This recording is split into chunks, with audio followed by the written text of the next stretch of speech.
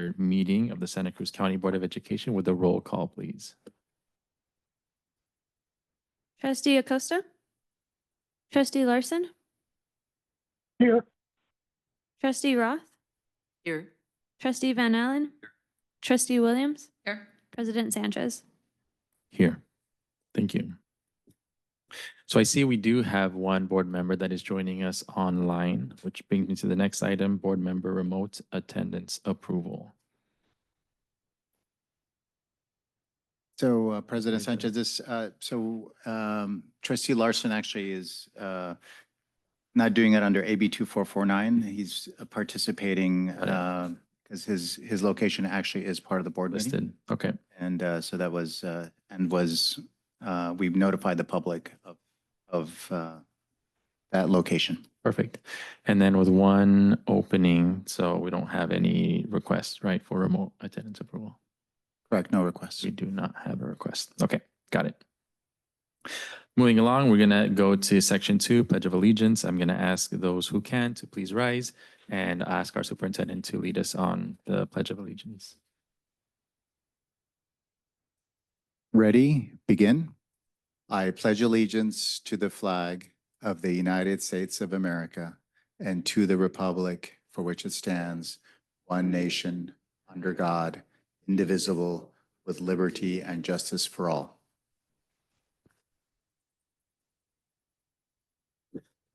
Thank you. Next, we have the approval of the agenda.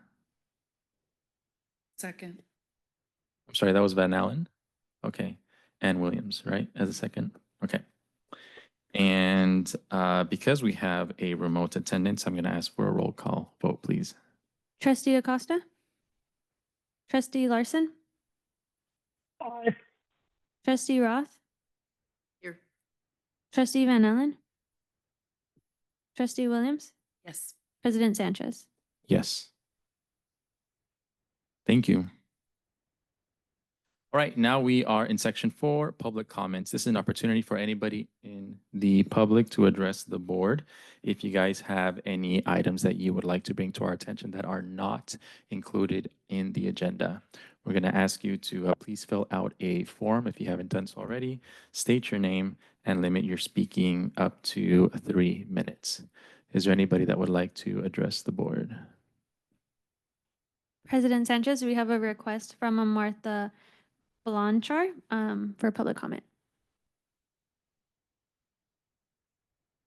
Good afternoon, members of the board.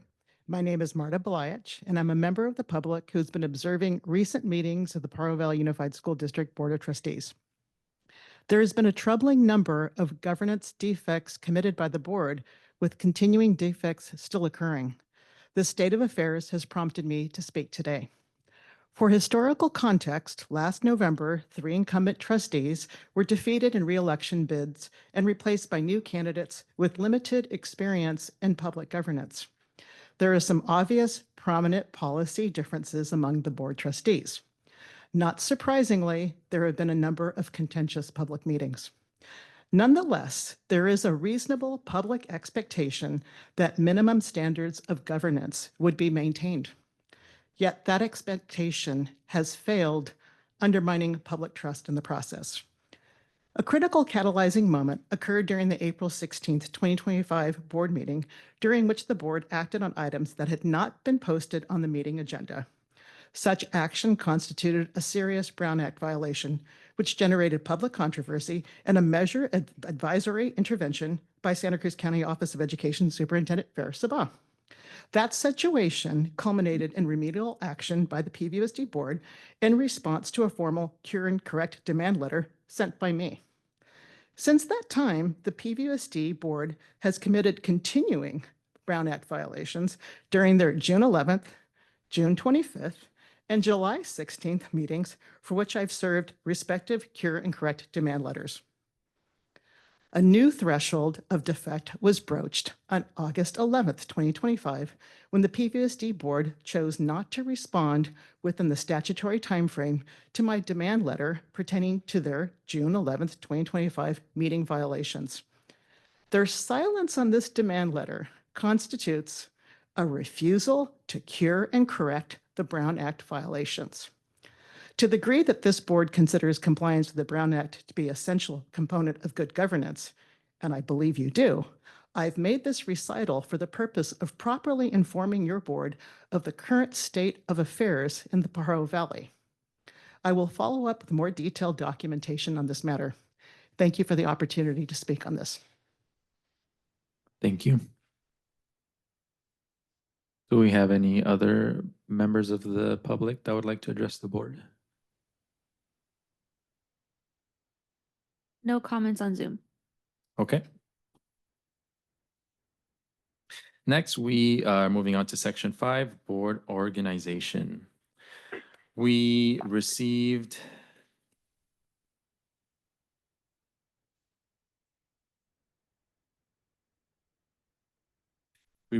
a letter this past month. One of our board members decided to step down, and which creates a vacancy on our board. And he happens to served as the vice president of the board. So our first action is the filling that position, and I think we're going to talk a little bit more about that later in terms of what that process looks like. But the immediate need, because he was serving as the vice president of the board, is to choose, nominate, make a motion to for somebody else to fill in that position through the rest of the year. So it's typically December is when we have the board organization, just to fill that vacancy until then. So with 5.1, I'm gonna ask for nominations for the vice president of our board. President Sanchez, Trustee Larson has his hand raised. Okay? Yes, Larson? Mr. President, it would be my honor and privilege to nominate fellow trustee Rachel Williams to serve as our next vice president. Her community-wide leadership and volunteerism and her active engagement with the County Board of Education and volunteering with the County Office of Education makes her well-suited to follow in former trustee Estrada's footsteps. So I'd like to nominate her. Okay, thank you. So we have a nomination on the floor. Any questions, comments? Van Allen? I second the nomination. Okay. Do you accept, Trustee Williams?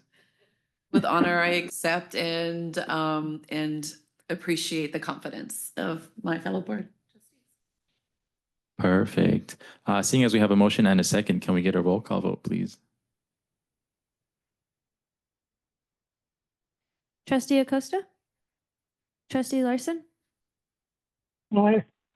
Trustee Roth? Definitely. Trustee Van Allen? Trustee Williams? President Sanchez? Yes. Congratulations.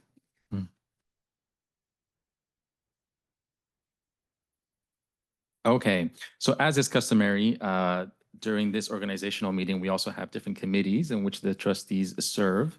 And given Estrada's stepping down from his position, there are a couple of openings on those committees. The first one being the Agenda Committee. Typically, this is the one that is the president and the vice president that are. So sorry, we missed 5.3, which is the appointment to SCUSBA. Getting ahead of myself. 5.3, yes. So SCESBA is the Santa Cruz County School Board Association. It's a meeting that is held about once a month. Different board members from the different school districts within the county. And Trustee Estrada was our representative, our official representative on the board. So again, with him stepping down, now we are looking for somebody to step into that position. And if I'm not mistaken, Trustee Roth also attends those meetings? Sometimes. Okay. But- Trustee Roth would attend those meetings. Okay, perfect. Is there any interest from the board in stepping in or nominating somebody to be our representative on SCESBA? I know he's busy, but I would like to inquire if Greg would be interested. Greg, you have your I hand? would be, sure, I'll take it down. I would be interested, but I'd certainly defer to my seniors on the board if one of them wants to step into the role. I have attended all of the SCSBA meetings this year, and I would certainly continue to do so, whether or not I'm appointed. So if any of the other trustees would prefer to have the voting seat, I'd defer to them, but otherwise I'd volunteer to fill it. I would be happy to second that motion. There you go. Trustee Roth. Perfect. And that's a good point to bring up, the fact that any of us can attend the meetings. It's not just relegated to a single individual from a board, but there is one official representative that has that voting rights, and that's the one that we are voting on today. But again, anybody on the board can attend if they want to. Okay, we have a motion and we have a second. There's no more questions or comments. Can we get a roll call vote, please? Trustee Acosta? Trustee Larson? Yes, Trustee Roth? Yes. Trustee Van Allen?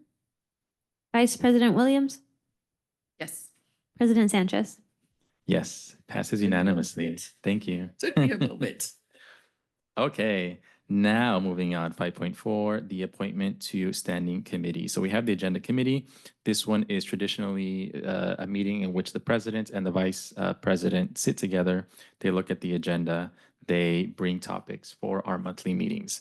Again, Trustee Estrada was served on this committee, and now there is an opening.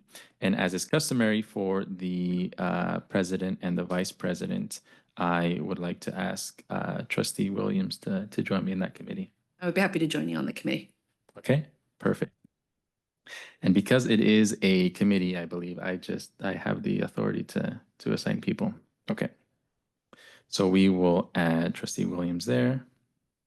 And since we're already on the subject, there are other committees that we do have: the board budget, the policy, the community outreach, and legislative committees, all of them with openings. And in our board packet, Chapter 11 lists the people that are currently involved with that committee and the openings that are there. So this is an opportunity. Anybody that is interested in serving one of those committees, you can let me know, and I'd be more than happy to assign. You know, I think it's always important to be involved, understand. I really like these committees because it gives us an opportunity to sit down with staff and to ask questions and to really get into the details as to whatever it is, the topic, whether it's policy, whether it's the budget, whether it's, legislative, just really get more in the weeds and get more details there.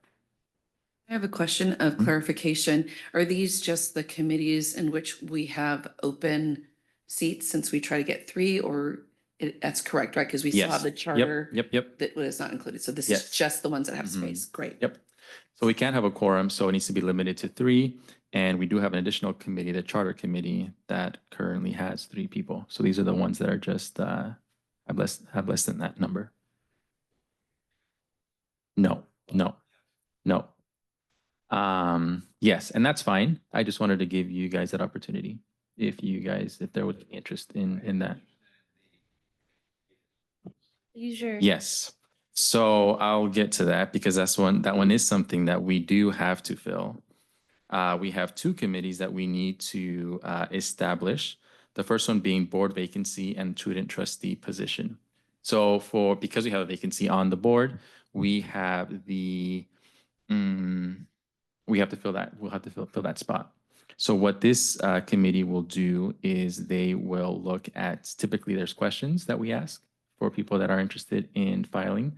And based on how many people apply, we look at the structure of what that interview process looks like, how many questions and which questions are asked.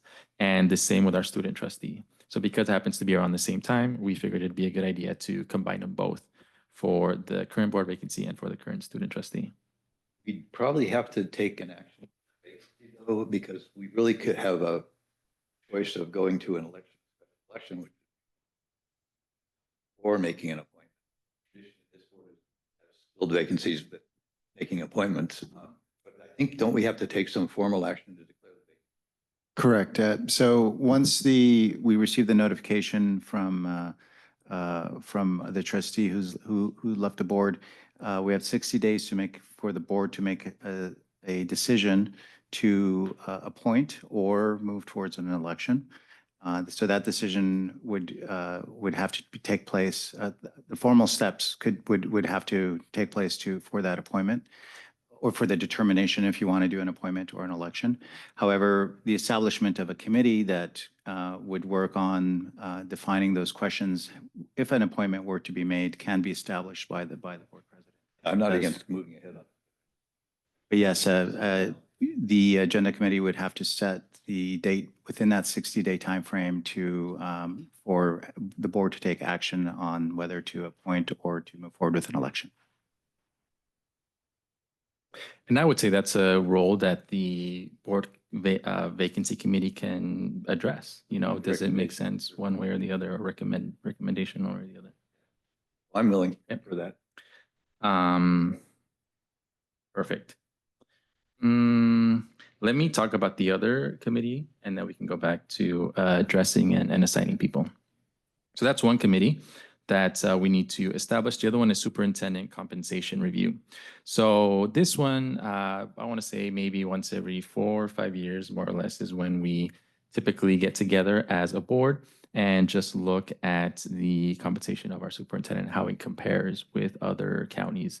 It's something that we've done in the past and just had a committee as needed. So it's been a while. I don't remember what was the last time, but I think it's definitely been 4 or 5 years, maybe even more, since we've had that. So, so we determined it was time to create that committee again, just to take a look. And this committee would meet with Troy, who is with HR, and would lead and do some of those research and follow-ups. My memory, I was on the committee that hired Ferris and set the basic salary structure, including the steps. And my memory of the last time this question came up, we went to put it on the agenda, but then there was a reason, for some reason, that we didn't actually put it on the agenda. We didn't have Ferris. Yeah, so to clarify, Trustee Sanchez or President Sanchez, so I don't think this hasn't been looked at.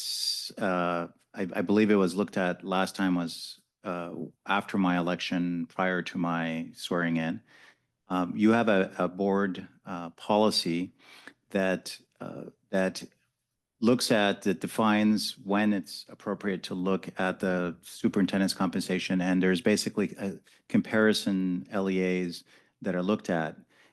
When the last time this question was brought up and we looked at that, the superintendent's salary was not below what other superintendents were, so there wasn't, according to and following our policies, it wasn't appropriate for the board to look at compensation. So what this committee would do would be worked with our Chief of Human Resources, Troy Cope, to determine if, in fact, the compensation is now below what other superintendents and similar in comparison LEAs, which are defined in the board policy, that would then require action by the board to adjust the compensation. Any other questions or comments on either of those committees? Yes, go ahead, Larson. I was just going to say I'm willing to serve on either one of the ad hoc committees at the president's call, or like before, I'll defer to others.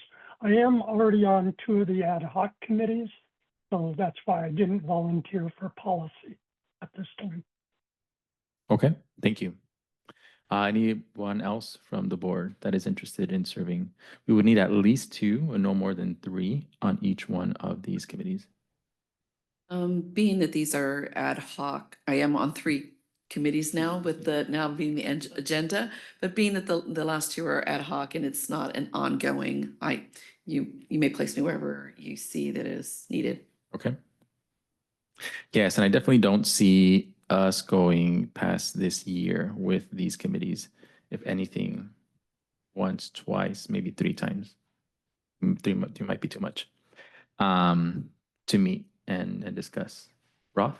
I would be willing to serve Okay, for you. okay. Roth, Van Allen, did either of you serve on the compensation committee previously? On the original hire.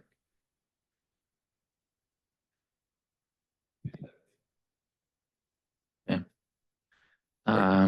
Just a point of clarification. So it's not a hiring committee. Yeah. I'm elected by the people. So it is a compensation committee, just to Yeah. clarify that. What I was on was actually the original thing when you were,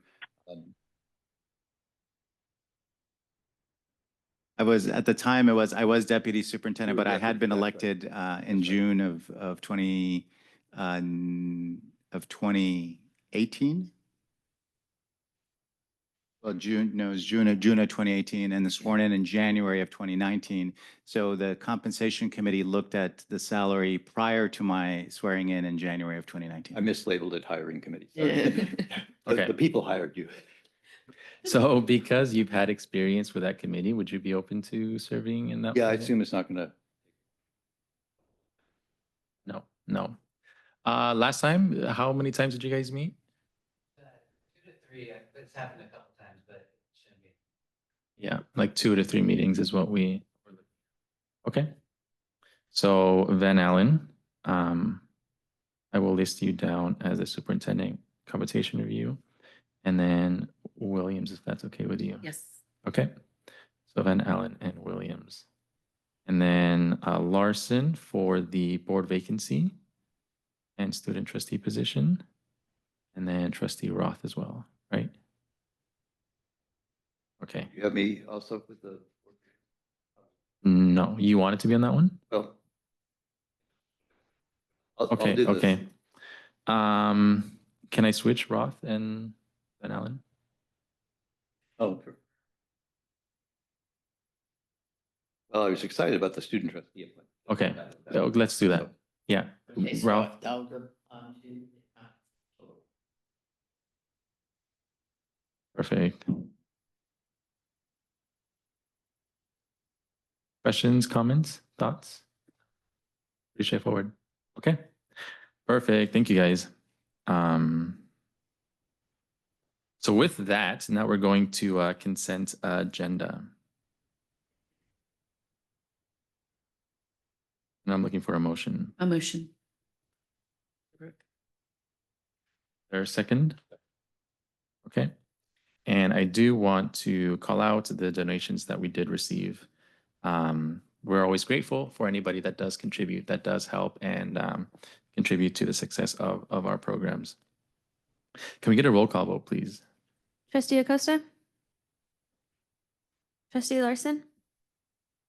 Yes, Trustee Roth? Trustee Van Allen?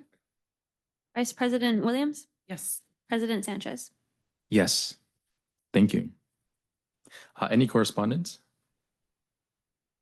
Yes, we've received 2 correspondence that were included in your packet, one from a former staff member and the other one from former trustee Edward Estrada. Okay. Thank you. Now we are on section 8.1, reports, discussions, and presentations. We're going to start with the Future Educator Summer Academy presentation with Dr. Sabah and Troy Cope as presenters. Yes, thank you so much, President Sanchez. It's really my pleasure to report on a new program that was implemented this summer. And I'll be introducing the Chief of Human Resources Officer Troy Cope, who will be kind of leading this presentation. This program was actually the brainchild of Mr. Cope. The recognition that we are in need of finding special education teachers and educators and other support staff as something that has been of great concern to us. Of all the positions that we search for in education, the team that supports our special education students is the one that is really hardest to be able to hire and support and train. And so when we started thinking about how to make this opportunity available and exciting for our students, Mr. Cope had this idea of let's start with our high school students and let's create opportunities and interests at as early as possible. And hopefully we will be able to capture that interest in a way that will get them to continue to be a part of our special education programs as instructional aides and teachers and school psychologists and other kinds of support staff that we need in our programs. And so here we're here to report to you how well this program was implemented for the first time this year. This was a pilot program that we're really excited about, and I really would like to commend the amazing teachers and students that participated. You're going to be hearing a little bit about how the program looked and what our plans are for the future. So I'd like to welcome Mr. Cope, who works as our Chief Human Resources Officer, and he'll be leading this presentation today. Okay, thank you. Good evening, trustees, and thank you for the opportunity to present the Future Educator Summer Academy. With me is one of our special education teachers at the COE, Amanda Burnham, and also a mentor to one of our very first Academy participants, Alondra Ponce, who is now a senior at Costa Noa High School. So yes, she did spend the summer before her senior year preparing for her future. So she is amazing, and these two are the best part of this presentation. I promise we'll get there soon. I'm just going to provide a brief overview of the Academy. So the Academy is to help high school students learn about the many career opportunities in the extensive support needs programs and special education. There are so many different jobs to pursue. You can have immediate employment right as you graduate high school if you want to do an entry-level position as an instructional aide. You can also pursue many different opportunities after post-secondary education if you get a license or a credential, teacher, behavior support specialist, occupational therapist, speech and language pathologist, school psychologist, school nurse. There's so many opportunities, and all of them are in high demand. If you pursue these and you get the qualifications and the educational background, you're almost guaranteed a position. So really important for our high school students to not only learn about all that, but then also get the exposure to see if this is something that they feel very passionate about. So 4 components to the Academy is first the recruitment.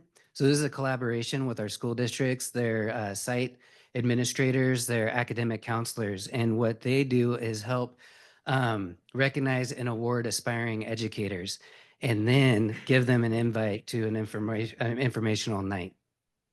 That allows potential participants and their guardians to attend a meeting where we're able to present the logistics of the Academy and the commitment that would happen that summer.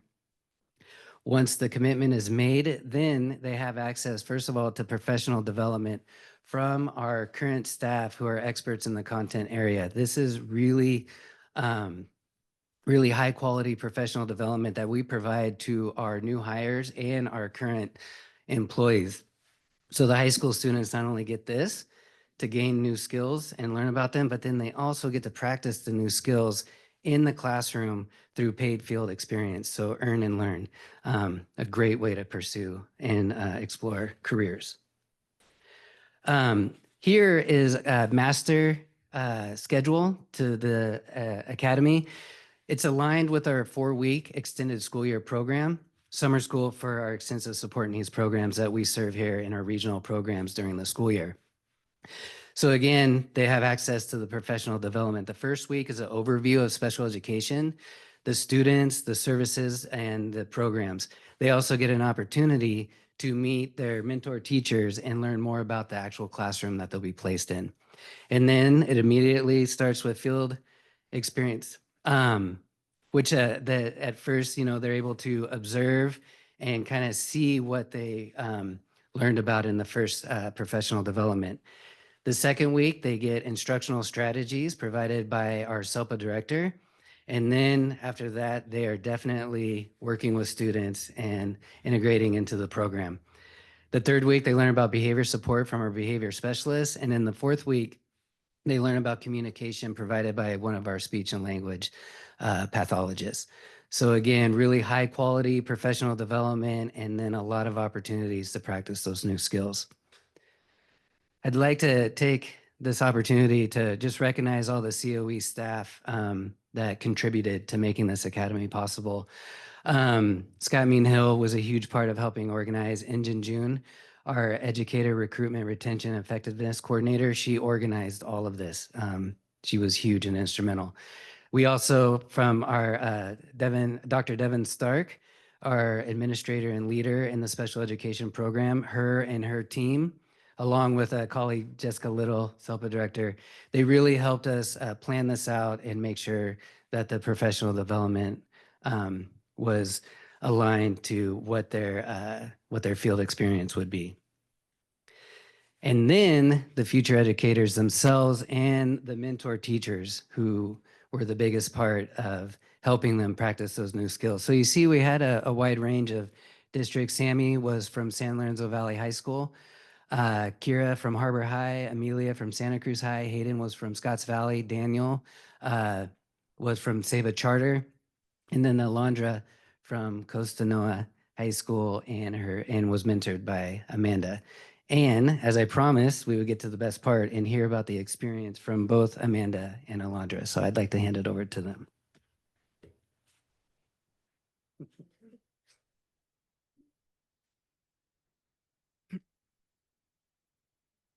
Hi, my name is Alondra Ponce, and I'm a senior at Costa Nova Career Prep School High School. I have always known that I want to be a teacher before participating in the Future Educators Summer Academy. I thought that I wanted to work with elementary school kids, but after my experience working with the post-secondary students, I know that this is the age I want to work with. We were in the classroom and we went on field trips that taught them life skills. It was during these field trips that I learned more about the student, their interests or dislikes. I truly enjoyed going to work every day. I learned how to use the AAC device to communicate with a student, and this helped me create a positive relationship with the student. This student attends school and goes to work and uses the AAC device to communicate with people. I find this inspiring. He is no different than any one of us. I was able to work with students on their IEP goals, and watching them learn and reach goals was very rewarding for both the student and myself. This whole experience was reinforced my goal of going to college to become a special education teacher, and I really hope I can participate in next year's Future Educators Summer Academy. Thank you.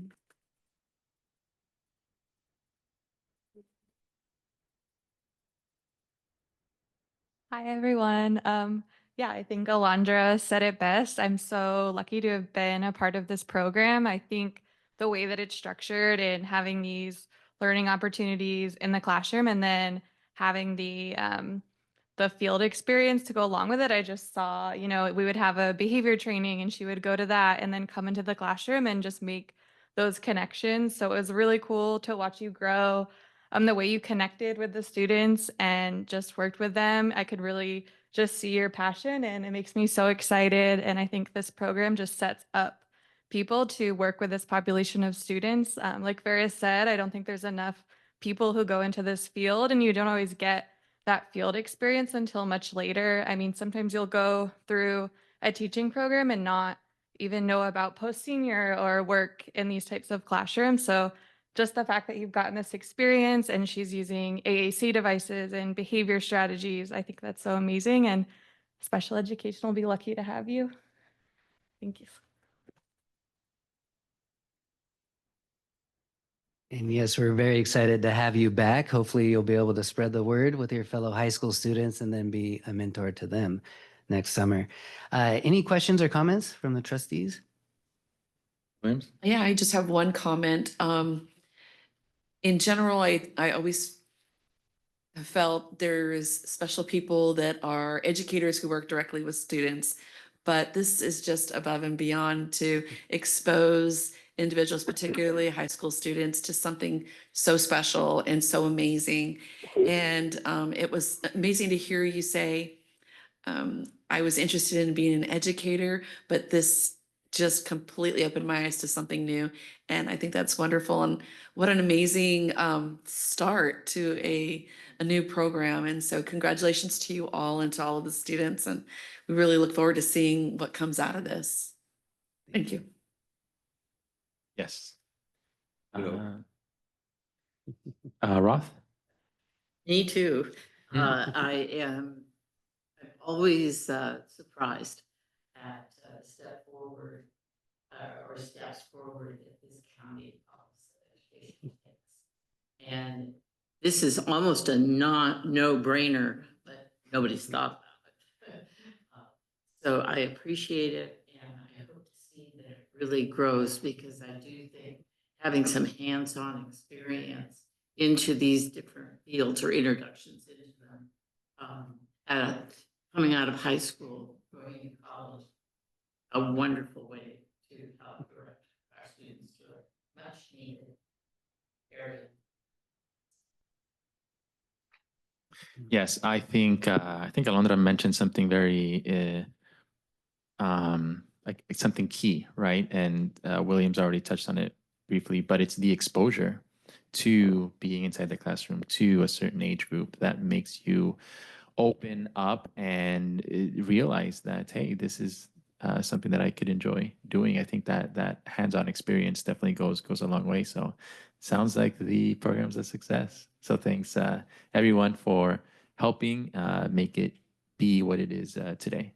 I definitely see a lot of benefit, and future leaders and educators come out of it. Great. Thank Thank you you. for the support. Mhm. If I could just add one more thing as our presenters are stepping down. As you know, we have a SELPA in North County, and we've reached out to the Pajaro Valley Unified School District because they have a different SELPA to look at their implementation of this program next year, and they have shared that they are interested in doing this. And one of the things that was also mentioned, you heard Mr. Cope say extensive support needs. So there's different kinds of credentials in special education. And in many cases, about 15% of the student population qualifies for special education, but a smaller group gets that extensive support needs, those additional supports that really, the IEPs include a wide variety of supports for those students to help them meet their IEP goals. And so we're really excited about not only bringing in folks into the special education world, but also into that extensive support needs, which is kind of what we specialize in here at the County Office of Education. So I want to give a shout out to Alondra and Amanda. They made an amazing team. And of course, Mr. Cope and all the folks that were mentioned who worked on this. Thank you so much. Thank you. Next, 8.2, we have the K-16 Central Coast Regional Collaborative presentation. And for this one, we have as presenters Dr. Sabah, Leopold, and Selk from the Central Coast K-16 Regional Collaborative. Yes, it's my pleasure to welcome somebody who's probably no stranger to the folks in the room, Mr. John Leopold, who's a longtime friend and has been a community leader and you've probably seen him involved in a wide variety of different efforts and initiatives. And I've had the pleasure of working with him and with Ashley Selk, who is a coordinator who works with the K-16 Collaborative, on this K-16 Collaborative, which is really has been an opportunity to create exciting new pathways for students.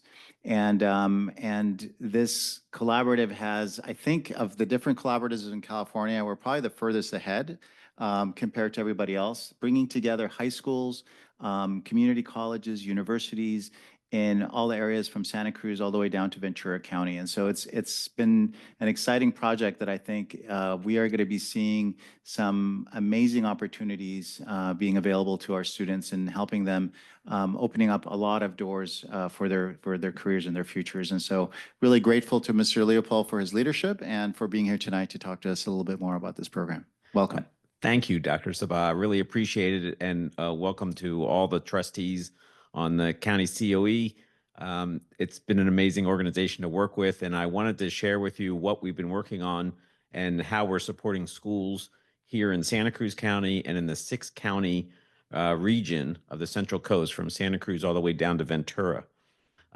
There's a lot of work that's gone in to what we're doing, and I don't want to take up all your evening, so I'm going to give you a short version of it, but I'll be available for questions.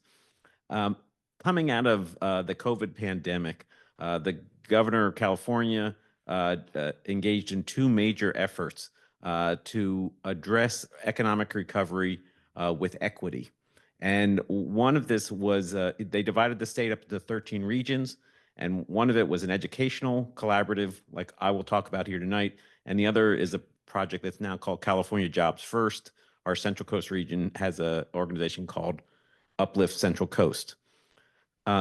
When our group started meeting 4 years ago, they really looked at what they could do with resources to address equity in the recovery from the downturn after COVID. And when you look at the what you're trying to do in education, you look at who's being left behind. And this chart shows that when we look at the roughly 500,000 students on the Central Coast, we see that Hispanic or Latino students make up 65% of the students in high school, but as they move through the post-secondary educational continuum, they become fewer and fewer. And so therefore, they also have less opportunity to access high-wage, high-impact jobs. And so our collaborative chose to use a collective impact model to advance equity, to ensure that the students who were most in need would access resources and we could build career pathways that would lead them to high-wage, high-impact jobs.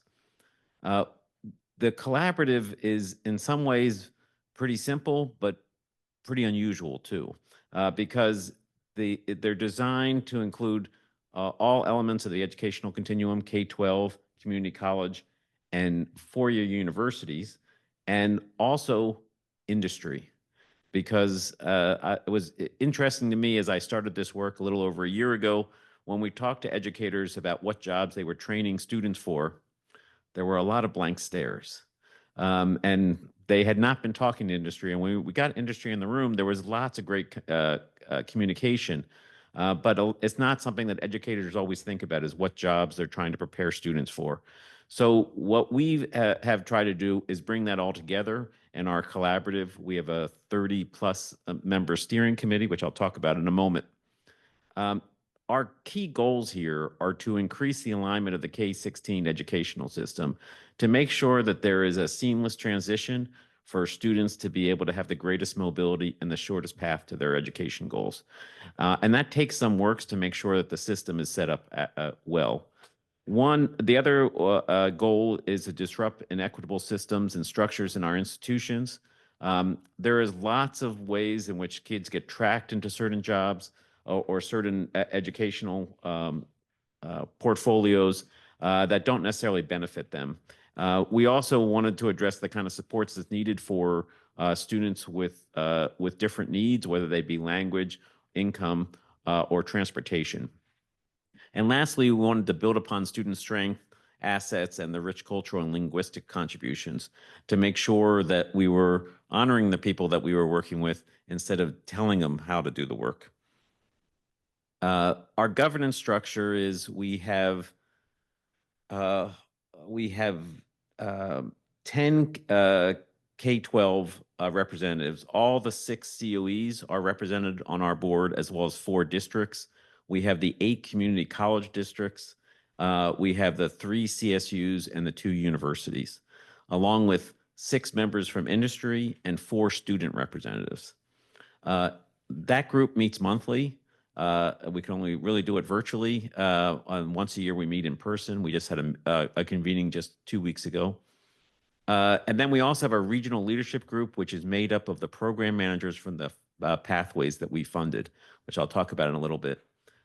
Student voice is very important with our group, and we have selected 4 students, and we have worked to train them and encourage them to be involved. And 3 out of our 4 trustees do an amazing job of just getting in there and mixing it up in the best way possible with our educational leaders and our industry partners. And it's been a great learning experience for everybody involved. After establishing this governance structure, we also began to look at labor market information to figure out which were the jobs that we should be training students for. Using labor market information, the collaborative decided to focus on two pathways, one engineering and computer science, and the other is healthcare. We looked at the wages for these jobs and the amount of openings, and we thought that these are the careers that we should focus on to be able to support students. We had just under $10 million to give out as part of this. So last year, we developed an allocation system and we did 2 cycles of funding. We tried to center it around equity. We tried to create a low bar for application to especially support schools that are low resourced and maybe don't get all the grants all the time. We wanted to make sure that we were advancing some level of systemic change within this group, and that could be the establishment of new dual enrollment courses or systemic change or support systems for students. We wanted to make sure that we were building a foundation for success and really encourage and incentivize intersegmental connections. And when I say those intersegmental partnerships, we wanted them to be actual instead of just aspirational.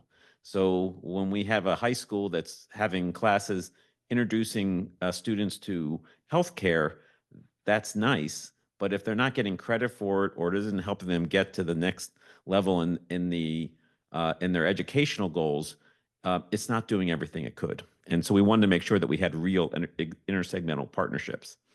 And we also try to prioritize stakeholder and community involvement. And there were lots of community meetings and lots of work with school districts.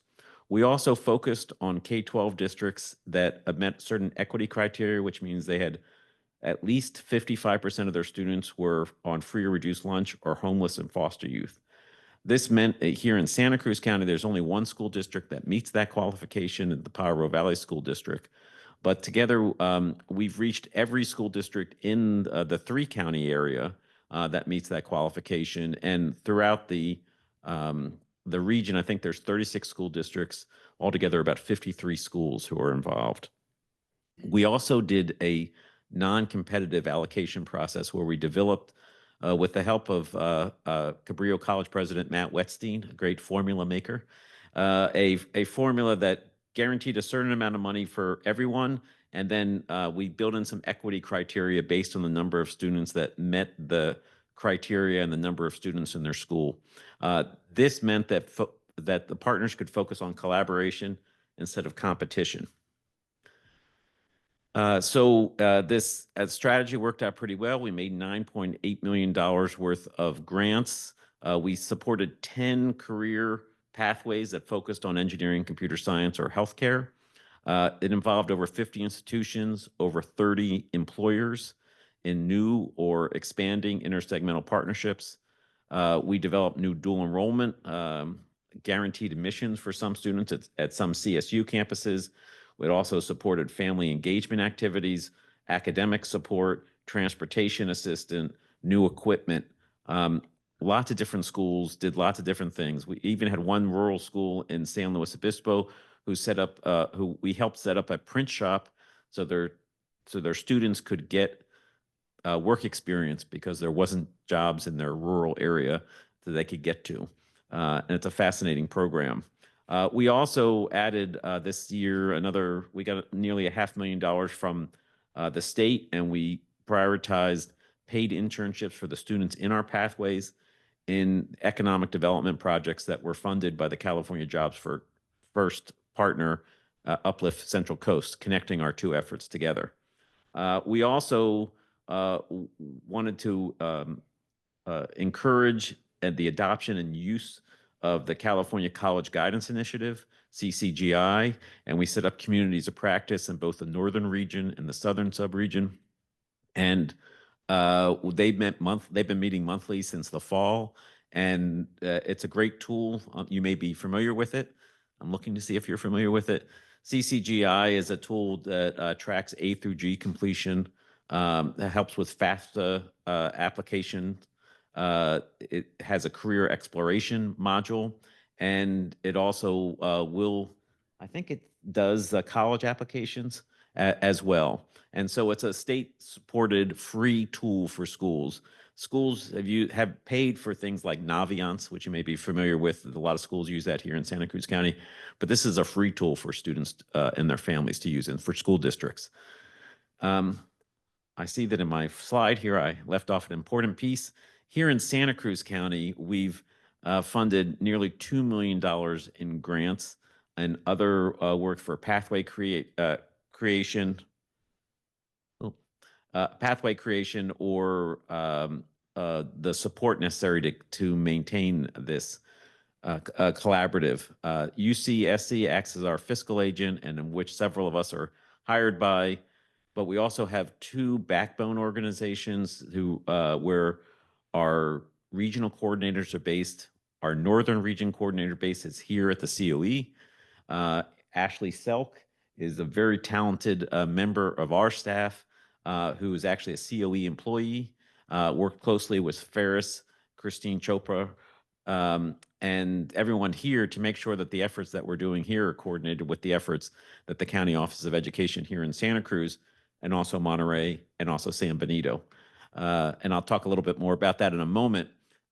We also have our southern partner is UC Santa Barbara, and then a third partner backbone organization is Cabrillo College, which does all of our data and evaluation. What that has led is this is one of the pathway maps, which we can get you better copies of so you could actually read. But one of the requirements for the state is they wanted to create something that they call student journey maps. And as with many parts of this program, they said they wanted it, but they didn't tell you what it should look like. And so we did focus groups with parents and students to find out what they would want to see in a map about a career pathway. And what they told us is cut out the acronyms.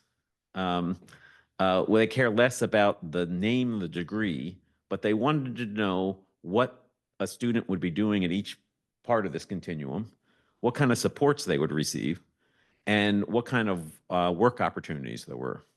And so we've created this, and most importantly, what kind of jobs were they going to get? And could they know how many there were? And what would the range? And so this is an effort to map one of our pathways, which is the land, air, space, and sea, or something very close to that name in that order, some order. That is Pajaro Valley, Cabrillo College, and UCSC. There's a second pathway with those same three organizations around healthcare that lead to the Global Health Program at UCSC. There's all sorts of work opportunities along the way and also other career exploration activities. And then at Pajaro Valley, just this past year, we paid for a healthcare series so students and families could learn about their healthcare pathways when they presented each of their high school and bilingual presentations to ensure that parents and students knew what the opportunities were in their school. So we've done a lot so far, but we got a lot more that we're doing. Just this past month, we did one of our data collections. This was the first time that all of our schools were involved with it. So we're just starting to piece through what that data tells us. But in the 6-county region, it means 36,000 students are involved in some way with one of the classes in our pathway. And so our goal is to track that and to see that the interventions that we have been making are making a difference. But we'll have more over time. Our next data collection is after the beginning of the year, and that'll give us the first sign of whether we're seeing the needle move in some way. We are also going to be launching a major initiative over the next year, $1 million initiative to help teachers in high school get their master's degrees so they can teach more dual enrollment courses in high school. We believe that's a very effective tool. It gives students a real leg up. It shortens their path to college. And so hopefully that helps them complete college. And it also helps them access the high-wage job that we're focusing on. Lastly, we're going to be launching an effort in all 6 of our counties with community organizations to go into the community and talk about the pathway work that we're doing to make sure that parents and communities know about these opportunities. If we're trying to reach folks who may have never gone to college or haven't traditionally thought of themselves in these careers, we have to do a lot of work and speaking to community members and talking to them and providing the information. So that's a very exciting part for the coming year. So that's a lot that we're doing a lot. And I didn't want to bore you with lots of granular detail, but I'm happy to answer questions. I do want to just say, though, before we start, that this collaborative is in part successful because of the support we have from all of our partners, but we have an especially great partner in the Santa Cruz County Office of Education. Although it doesn't involve many schools, Dr. Sabah has been an active part of our steering committee and backbone committee. Christine Chopra is also involved in our steering committee and our data committee. She brings a lot of great experience.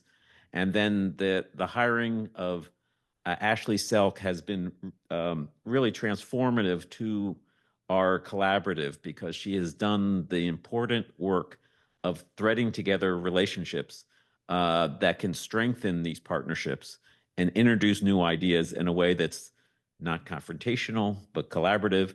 And the kind of work that we have in Santa Cruz, Monterey, and San Benito, we have some amazing pathways. We have a pathway in San Benito that is, we call it 3+3, where students start taking dual enrollment courses as their sophomore year.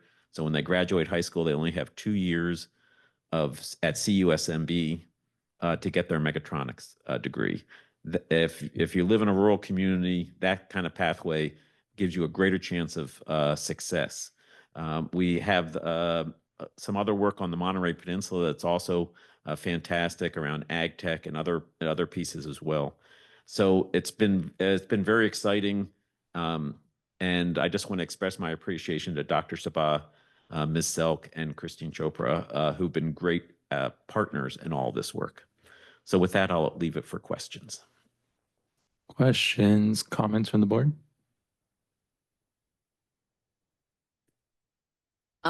That's a lot, but it was all great information. And one of the things I'll say is I had a list of questions, but they were all answered through your map. You know, the map I had, were there focus groups, were there, what does the pathway look like? And so thank you for providing that. I look forward to looking at that a little bit closer.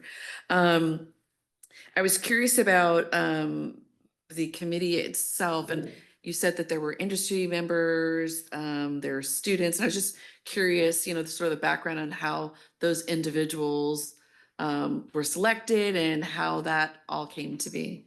Well, the collaborative group, as I say, started meeting 4 years ago. There was a tremendous amount of planning, a lot of conversations before I got involved. But there was a real strength of relationships, and it was amazing. It's amazing working with 30+ people and finding more agreement than disagreement. It's sometimes helpful to have disagreement because you learn a little bit more about who you are. But, when you can get this many institutions rowing in the same direction, that's a good sign. And so there's been a real commitment to the equity-driven mission that we have. And people have reached into their networks to find representatives from industry to participate early on. And then when we did our second round of funding last fall, we made it a requirement of the partners we had this non-competitive allocation formula, but there was a requirement, and the requirement was you had to come with all your partners, and you had, including your industry partners, in order to get the money. So that was great incentive for people to establish relationships. And we had a convening just recently. Joby Aviation, for instance, is involved with maybe 1 or 2 of our partnerships. And we just funded an apprenticeship with Joby that will happen through Hartnell College as part of that work-based learning grants that we just gave out. And so we're gonna continue to grow the number of industry members because it's very important, if we're thinking about career pathways, that educators are actually talking to industry members. When we got together first and had an industry member from Southern California talking to their group. He said, "Where are you talking about computer security?" And the faculty at all the folks were like, "It was what, you know?" And he said, every person come here has got to know about security at this point. So you should be teaching that in schools. And it's like a light bulb moment for some folks. You know, there is a delicate balance that has to be brought between good, strong academic freedom and giving a broad education, as well as providing the tools necessary for people to be successful in careers. And so that's a constant scale that we're trying to balance. But having those conversations make educators aware of what people need for the jobs that they're trying to train students for. That's amazing, especially for our students who really want to see what the end game is. It's like, I'm here, but what can I do with this? Right. And so that's really important. And I just had I know that over the 4 years, you're probably collecting a lot of data. And so are there being, student outcomes being tracked, or number of students being served, or sort of like tracking of that sort of cradle to career, particularly with the high school students? Yeah. So one of the challenges is that this isn't, we don't know how long the state will fund this. So we really just got everything set up by the end of last year. So as I say, the data collection that we did this past July was the first time we were hearing from 20 of our partners. So it's too early for us to know. And we have funding probably through 2027. And so we'll get some idea. What we're trying to set up is the systems to be able to track this. So right now we are using basically publicly available. I mean, we're getting reports from each of the schools about the demographics, about race, and whether socially, economically disadvantaged students, and gender. We are also looking at completion rates, but we want to get student level data, and that data sharing agreement wasn't worked out before we gave out the money. So now we're doing it afterwards, and we're starting with a data sharing pilot that we hope to have completed by the end of this calendar year and serve as a model. Some of the other collaboratives, the state told us that we really wanted you to track data, but we didn't know how to do it, and we figured one of the 13 would come up with it. Sacramento, their collaborative, has spent $3 million on it, including $500,000 for a lawyer to negotiate agreements. We have chosen a different path, and we've chosen to put the money into the students rather than the lawyers. No offense to anybody sitting here. And so we're a lot of this data is already being collected, and in some cases already being shared, but maybe not with all the partners. And so we're trying to set that up, and down the road, we'll have more complete information. We do have a publicly available data dashboard on our website that you can check out the information about what we found. I could give you a whole 15-minute presentation on that. Van Allen? Well, John, first of all, one more step in your long career of public service, and I appreciate it.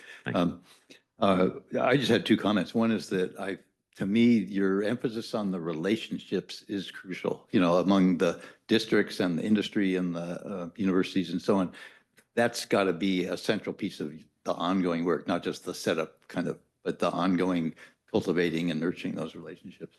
And then secondly, the thing that I really like is the idea of making the pathways clear, because I think for a lot of people, especially families that hadn't had any members in college before, maybe have language barriers, things like that, to not even be able to sort of picture what the steps would be, or where would I go next, or who could help me if I get up to here and need help or something like that. That's so crucial for people that don't have that background, especially, but also for anybody that's going, what's this world got for me right now, and what am I going to do to make a living? And so having those really clear, and I think I like the flyer thing that you showed, with that one pathway, but as many different ways to express like what the pathway involves, which may be not just on paper, you know what I mean? But No, no. help people get that, because I think that's going to be a major piece of motivating people to want to go up through the program. So congratulations on that. Thank you. There's two comments. One is relationships are very important in this, and that helps conversations, but you really have to make systemic change, because if we count on that professor to do it or that dean to be supportive, they go away. And if we haven't created a systemic response, then all of our good work is like the sand. It'll blow away. The second thing that about the maps is what you've seen is sort of the first iteration of it. One of the things that we also heard from the focus group is some people look at paper, some people look at their phone, some people look at their web, and we are going to have to prepare them in all the different ways. One of our goals is to create as much of a seamless transition so the student doesn't have to navigate the system, that the system is designed for people to be successful. So think of that map with a guidance counselor with a decoder ring that says, if the student wants to take this, he's got to take English 1 and Math 5 and Engineering 3, or whatever the classes are, so they can get through. And then we know that the community college is going to accept it. And we know that might lead to guaranteed admission at a CSU, or going to be accepted at the UC, because it's hard, right? I mean, any student who's gone through the system, anybody who's gone through the system, parent, trying to navigate it, takes a certain amount of Indiana Jones sometimes to work your way through the obstacles that exist. And so what we're trying to do is try to deal with that. So it's a lot smoother for a student, especially for someone who may not have a family with a lot of experience in higher education. Larson? Thank you. John, sorry I can't be with you there tonight, but it's great to see how you're continuing to lead and serve, particularly in a very important area. So thank you for the presentation. I did go to your website today and I was poking around trying to learn a little bit more. And I thought several of your slides tonight, particularly the pathway and some others, just provided a much meatier understanding of what you're doing. One issue I wanted to raise, you've kind of already touched on, but that's the sustainability program. It appears like you're primarily state funded, no federal funds, so you're not facing that threat, but you are facing state challenges. What is the total program across all the collaboratives statewide in terms of scale? Do you have a ballpark on that? Well, I'm not that quick in math, but there are 13 collaboratives. They each received about $18 million. The state, they did some odd things in the setting of they created 13 regions, and they gave each region the same amount of money. Now, ours is the size of Illinois. We have 500,000 students. You could have a much bigger geographic area in the northern part of the state and have a lot less people and get the same amount of money. If you're in LA, you could have a lot smaller and have way more people than we do on the Central Coast. So, that's the Solomon way of giving out money. One of the ways that we're looking at sustainability is we've already established a partnership with the Golden State Pathway Program and their Technical Assistance Center, who is working in the same 6-county region. And so they're providing us some resources. We are been working with the Bay Area Community College Consortium on the K-12 SWP process to be able to support our pathways, because the work that someone like Ashley does is really crucial to the success of the pathway. And so we're looking to that, and we'll look to CTIG. One day, the federal government will be back in the business of career education. I don't know when, but we hope that it's sooner as opposed to later. This is one of the things they're supposed to care about, but we don't know. We've also had a major presentation to the Gates Foundation, and we are talking to other foundations to support parts of our work as well. So that's our long-term sustainability. And when a new governor comes, this may be what they invest in as well. We are partnering with our California Jobs First partner because economic development is usually high on everybody's list. And if we're the training arm of their economic work, we're trying to work in partnership. Thank you. Okay. Roth? Overall, I am really pleased to see what this is. It's huge and very difficult, I realize. But I do think that the focuses that you have established are really good. Thank you. And especially the equity and the communicating between industry, the education system, and the students you're including too. Those are really difficult, but hopefully with what we're facing in the future, education is in, I don't know if it's a good word or what, but this is a program that, if placed right and accepted, should help direct how we go. And I'm glad we're part of it. And as far as federal government, heaven only knows, but I'm glad that the state of California at this point in time is backing it, and at least until 2027. Because I think pathways are extremely important for both families who support their students and for the students having an idea where they need to go. Thank you. Thank you. When I first got involved with education, it was through my work with Cabrillo College. I served on the board there for 8 years. Workforce development, what we called it then, was one of the reasons I got involved with doing it. So I've really believed and cared about career pathways and career technical education for students. It really, I've just seen so many people whose lives have been changed. And I've worked hard to make sure that these opportunities are available for students in Santa Cruz County. And it's very fulfilling to have it happen over a 6-county region. All right.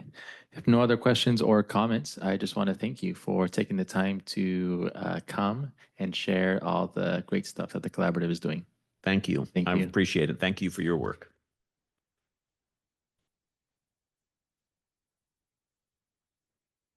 Okay, item 8.3, we have the Soquel High School Special Education Project. For this one, we have Dr. Sabah along with Reyes and LaRue. Yes, thank you so much, President Sanchez. I'm going to ask our Deputy Superintendent to do a brief introduction, but I would like to give a warm welcome to Ralph LaRue, who is the CEO and principal of Stacked, which is a architectural firm. And Mr. LaRue is basically the architect for Santa Cruz County. Pretty much every district in the county is working with him to develop their master plan, and we're really fortunate, their facilities master plan, and we're really fortunate to have him support us with the Soquel High School services that we're developing for our special education students. Our students are currently housed in some antiquated facilities, and we are really excited that through this project, which you'll be learning about, our students are going to have some beautiful cutting edge facilities that are worthy of them. And then, Leanne, would you like to share a little bit more before Ralph takes it away? That was pretty darn good. I will say that Mr. LaRue's firm did respond to our RFP and won the bid to do the architectural work for us on this project. Some of our board members will have seen pieces of this prior. We had to work through some agreements with Santa Cruz City Schools, but Mr. LaRue and I actually presented to the Santa Cruz City Schools board, and they were very receptive to this building plan that we're presenting.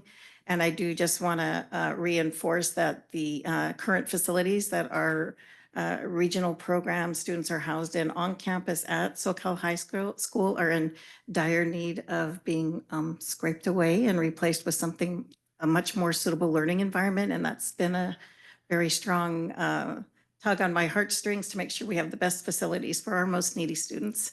And so with that, I'd like to turn over this very exciting plan to Mr. LaRue. Yeah, good evening, Ralph LaRue. Good evening, trustees, superintendent. Very excited to be here. I've been in this room many times presenting to school, Santa Cruz City Schools. And I wanted to tell you a little bit about my history because it pertains specifically to this project.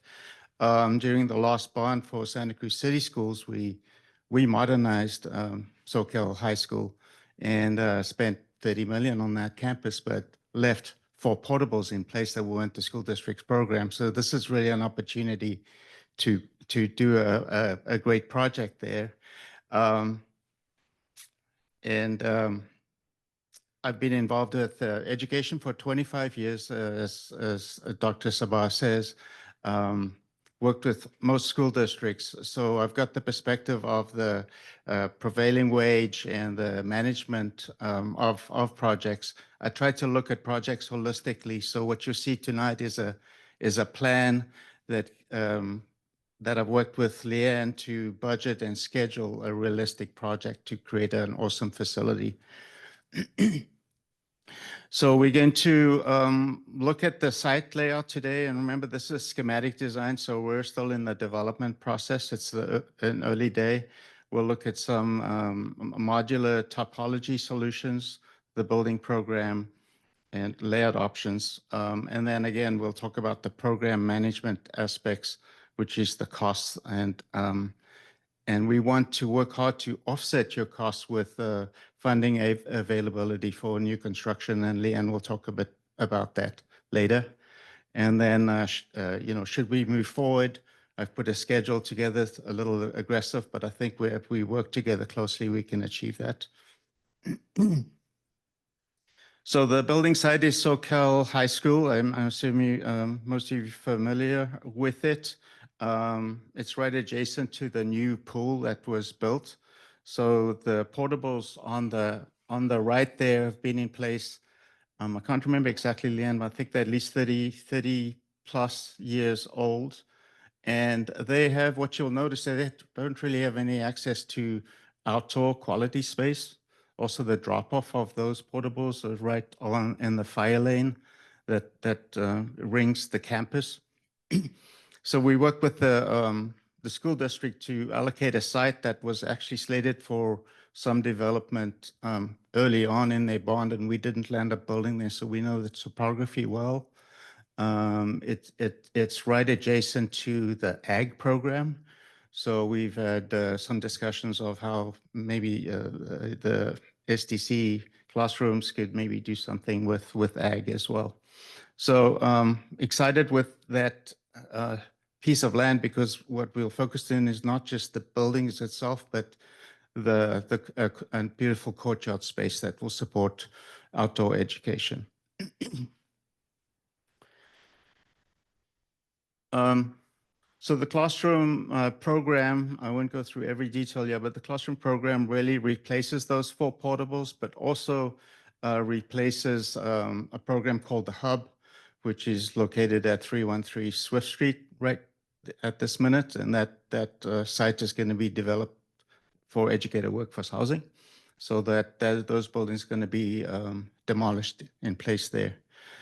So we combine those classrooms with the Hub, including therapy spaces, purpose-designed therapy spaces, and then we have a small space for the staff to take a break. This is just some pictures of the existing Hub. We'll definitely set it up. It's for life skills, like a typical studio unit almost, where every part of a living unit can be explored by a special ed student. Currently in the Hub, there's there's various rooms. Our space will be one room, so that there's good visibility and good access to everything. So we'll create a great teaching environment. We work closely with Devon in incorporating all those elements. Modular building. This is another passion of mine, is modular construction. I got really frustrated many years ago with poor construction of modular buildings. 2008, especially, a lot of modular companies went out of business. So it's really captured by a small group that that do very specific kind of portable, but a little bit better portable. My goal is to give a modular solution that really is equal to any stick built. And in fact, during our bid process, we're going to test the price for against stick built as well. So, for instance, if during our bid we find that stick built is equal or cheaper, we'll just build it on site. So I'll walk you through that process in a bit. But you'll see some key to the environment that we're trying to create. Some high ceiling. We want to incorporate sustainability features, good vision out the windows, comfortable, comfortable spaces, and it is not going to be another portable.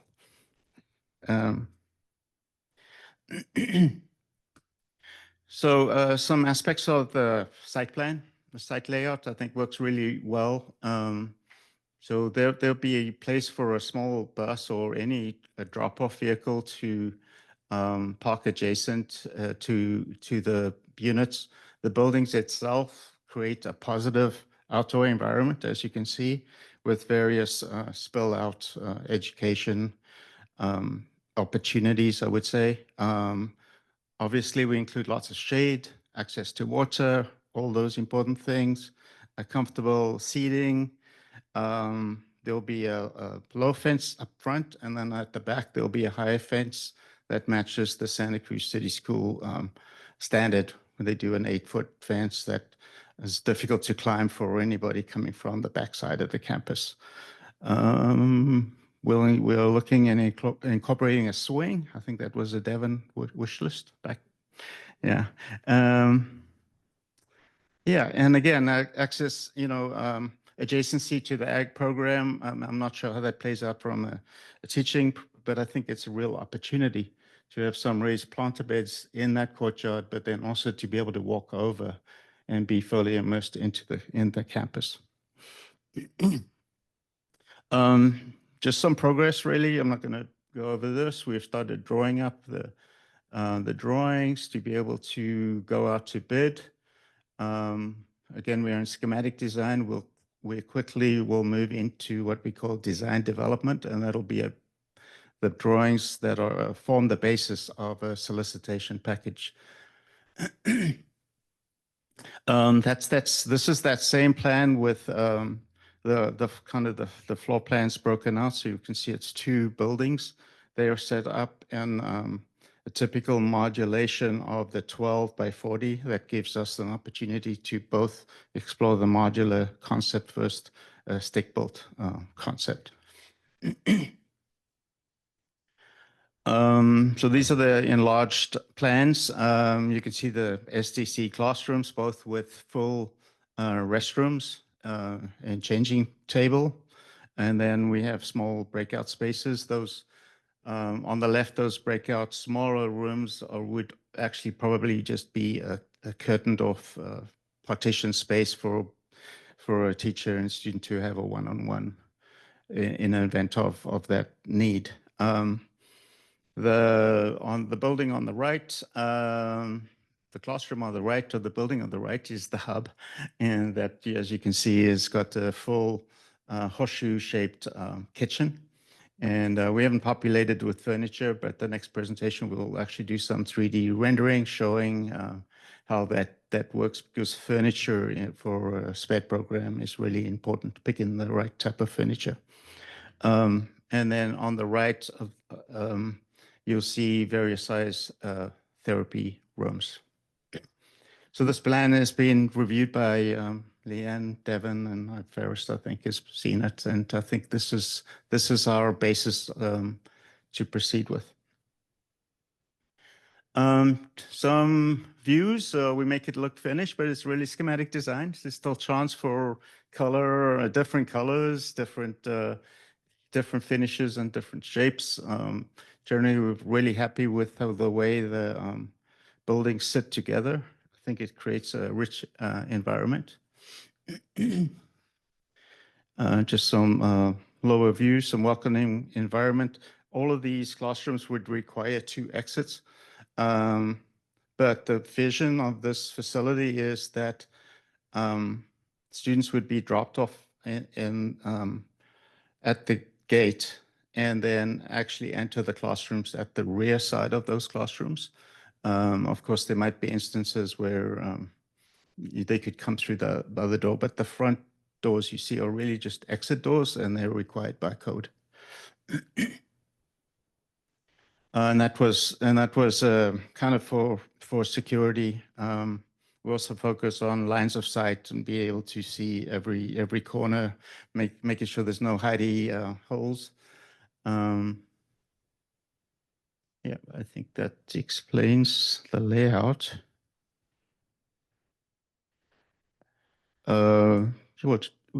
You'll see with the roof form, we're finding opportunities to bring in a lot of natural light through every space. And then in the center part of that courtyard, there'd be a gathering space. I like that slide because it shows Devin's swing in it. Oh, yes, yes. I don't know how to go back. He's going to go back. You know, that little green box is actually the slide, the swing. Yes. Yes, and we'll work on that.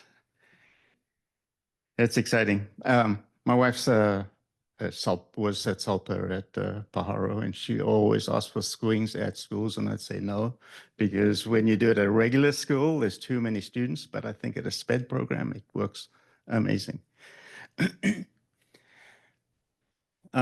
So this is a program management piece. I really look at architecture, not just from architecture and engineering, the program management, the design, and then the construction management. I try to look at the whole story. So when we're looking at cost, never focus on just the construction cost. We've got to make sure we have allowance for the furniture. There's soft costs, the engineering fees, division of state architect fees, and then in this budget, key to note that we've had a lot of contingency. So we're trying to be conservative, make sure that there's no budget overruns. So we have we got a design contingency of 20%. We have a construction contingency of 5%, and of course, as the project gets developed, we'll have refined estimates for you. Some of those contingencies will reduce. Our goal is to execute this project in much less than that amount, that budget range, but not anymore. We definitely want to be below the budget that we're setting at this point. And also, there's a time factor. So every year you wait, the escalation is really impactful. You get less building for your budget. So I'm managing the workforce housing right now for Santa Cruz City Schools, and we're using the alternative design build method. It was a new state law in 2023. I think it's AB 185.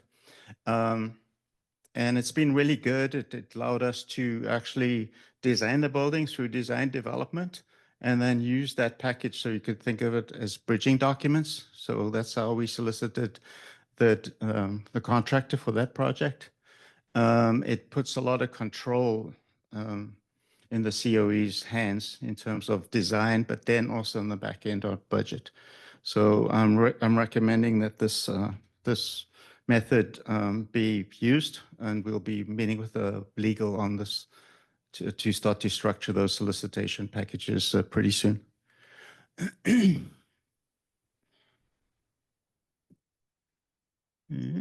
Green. Oh, there you go. Something else you should note, you do have a facilities master plan, but recently the state upped their game in terms of the requirements of facility master plans.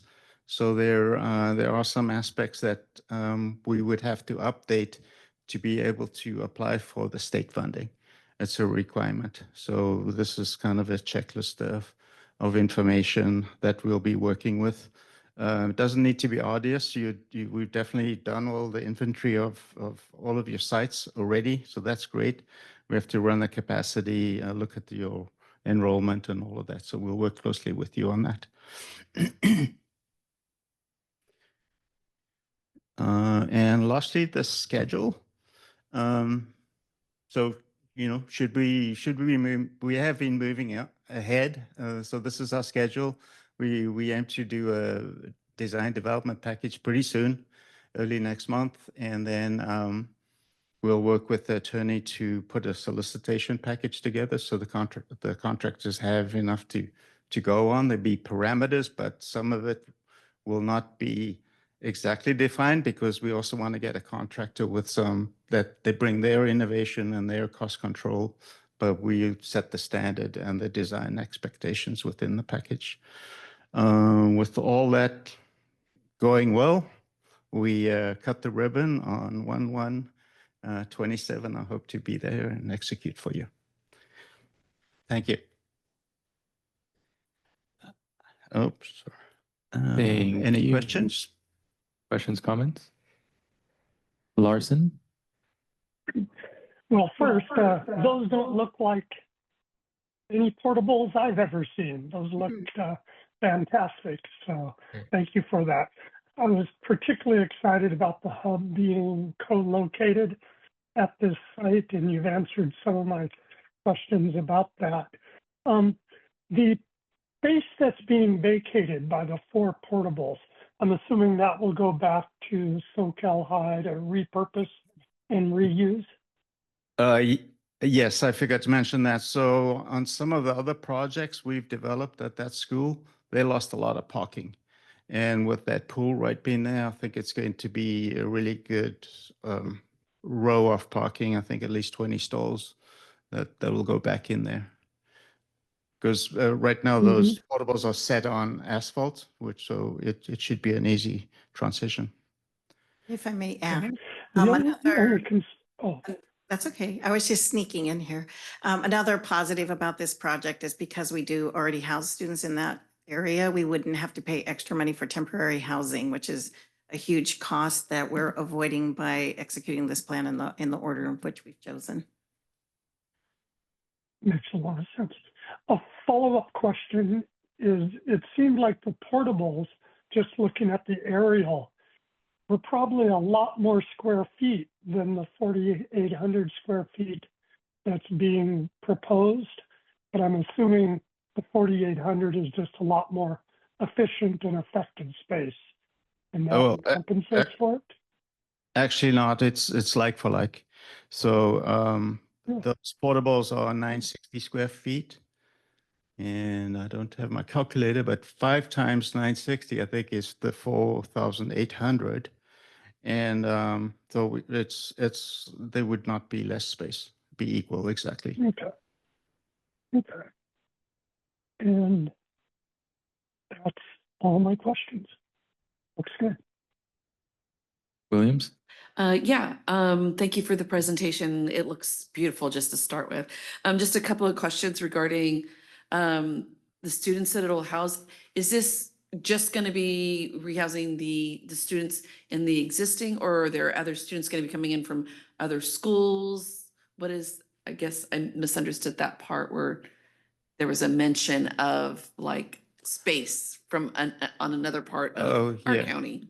Yeah, the only other space I was mentioning is the hub, which is that lifestyle space, which is being demolished and on Swift Street. Okay, got it. And it's really a space that gets used occasionally by students coming from various places. Where the other classrooms are direct transfer from the on-site programs. Okay. And then I noticed, and I know that this is just a mock-up, but the spaces for IEP intervention, is that to be used for students even coming from the main campus area, or is this more of the higher needs students? This building is for our regional students program. Got it. So I think Okay. it's a little misleading in that the title says Yeah. SoCal High School, but Yes. really I think we should flip that around and say this is our special education regional program located at SoCal High School. Thank you for the clarification. That does It help. was a little, yes. That does help. All right, that's all I had. Thank you very much. I did want to just add one piece. I see that Trustee Roth has a question, which is one of the strengths of our program and a requirement is our mainstreaming component. And so the students do participate in with students from SoCal High School. And I also wanted to share that if you looked at the time frame for a January 2027 opening, just 3 years ago, 5 years ago, that would have been unheard of, that we would be able to do it. And one of the reasons is the law that Ralph mentioned, but also the fact that he brings expertise in designing these modular units. And so the fact that we have Ralph working with us is something that is going to allow us to be able to implement this program, this building in a much quicker time span than normally it would take. Roth? Yes. Will this facility belong to SoCal? Or I realize, it's on their property, but will they be the oversight? Santa Cruz City Schools? Right. No, it is, the ground on which it's is, part of SoCal High School, but it is this is going to be our program, right? And so these will be our facilities, and with our agreement with Santa Cruz City Schools to have our program, and this is true for most of our regional programs, is that we're located on district campuses in some cases, but these are our structures. It's County Office of Education structures. But who will be oversight on the construction? City schools or No. us? This is our program. This is our program. I also wanted to let you know that as a condition of being able to receive state funding, which we'll talk about in a few moments here, we will be entering into a long-term lease with Santa Cruz City Schools for the property. And that lease cannot be any less term than 40 years, which makes sense because the state doesn't want to lend us money to build a program to have a district that program's located on, have an issue or grab it or whatever. Yeah. So that's another piece that we've been working very closely. I've been working very closely with Mr. Jim Monreal, the Santa Cruz City Schools Assistant Superintendent, Business Services, and I believe Ms. Superintendent Monroe is also aware of this. Their board is aware of this as well. We're just, that'll be something you'll be seeing in one of our upcoming board meetings, is this long-term lease in order to secure the space. Any other questions or comments? I'm curious, for a modular unit like this one, what is the service life? How long can we expect to use it before repair and potential? So the goal replacement? is that it'll be equal to a site-built project. Okay. So, yeah, we have a few classrooms that we built at Del Mar and Green Acres Elementary. You could see them there. They're modular. You wouldn't tell because they're set on grade on a concrete foundation. A lot of the portables that are terrible in some of the school districts here is getting the moisture from temporary foundations or too close to the ground. So we look out for that. We use quality materials. So we did raise the square foot rate a little bit from, what a lesser portable style project would be. Okay. Yeah. So I guess follow-up question, what's the difference between modular and portable? They have a lot of conversations about that at state level. Well, portables were designed to move. And in fact, there's a law that allows them to be on a temporary foundation, a wooden foundation. A modular building is more something that is set, that might be built in a factory, but once it's set, it's a permanent building. Okay. Yeah. Okay. If there are no other questions or comments, I want to thank you for taking the time to come and educate us on the work that's going on in our schools and our sites. Okay. Thank you. We actually have like a part B. We're not quite done with this item. There's a couple more slides, Okay. sorry. No worries. But Ralph got the sexy stuff. Once again, the really cool stuff's going to be before I speak. Okay, so I don't know who could run. Ralph, do you mind running the slideshow for me? Unless V can do it. I believe we're, I just need to go through, if this is still part, I believe, of the Oh. same agenda item we just had. I didn't have the pretty slides. Okay, so what I wanted to try to do is give you an idea of scope as far as potential costs or estimated costs for this project. But I do want to make sure I remind everybody, these were just estimates. These are just some scenarios.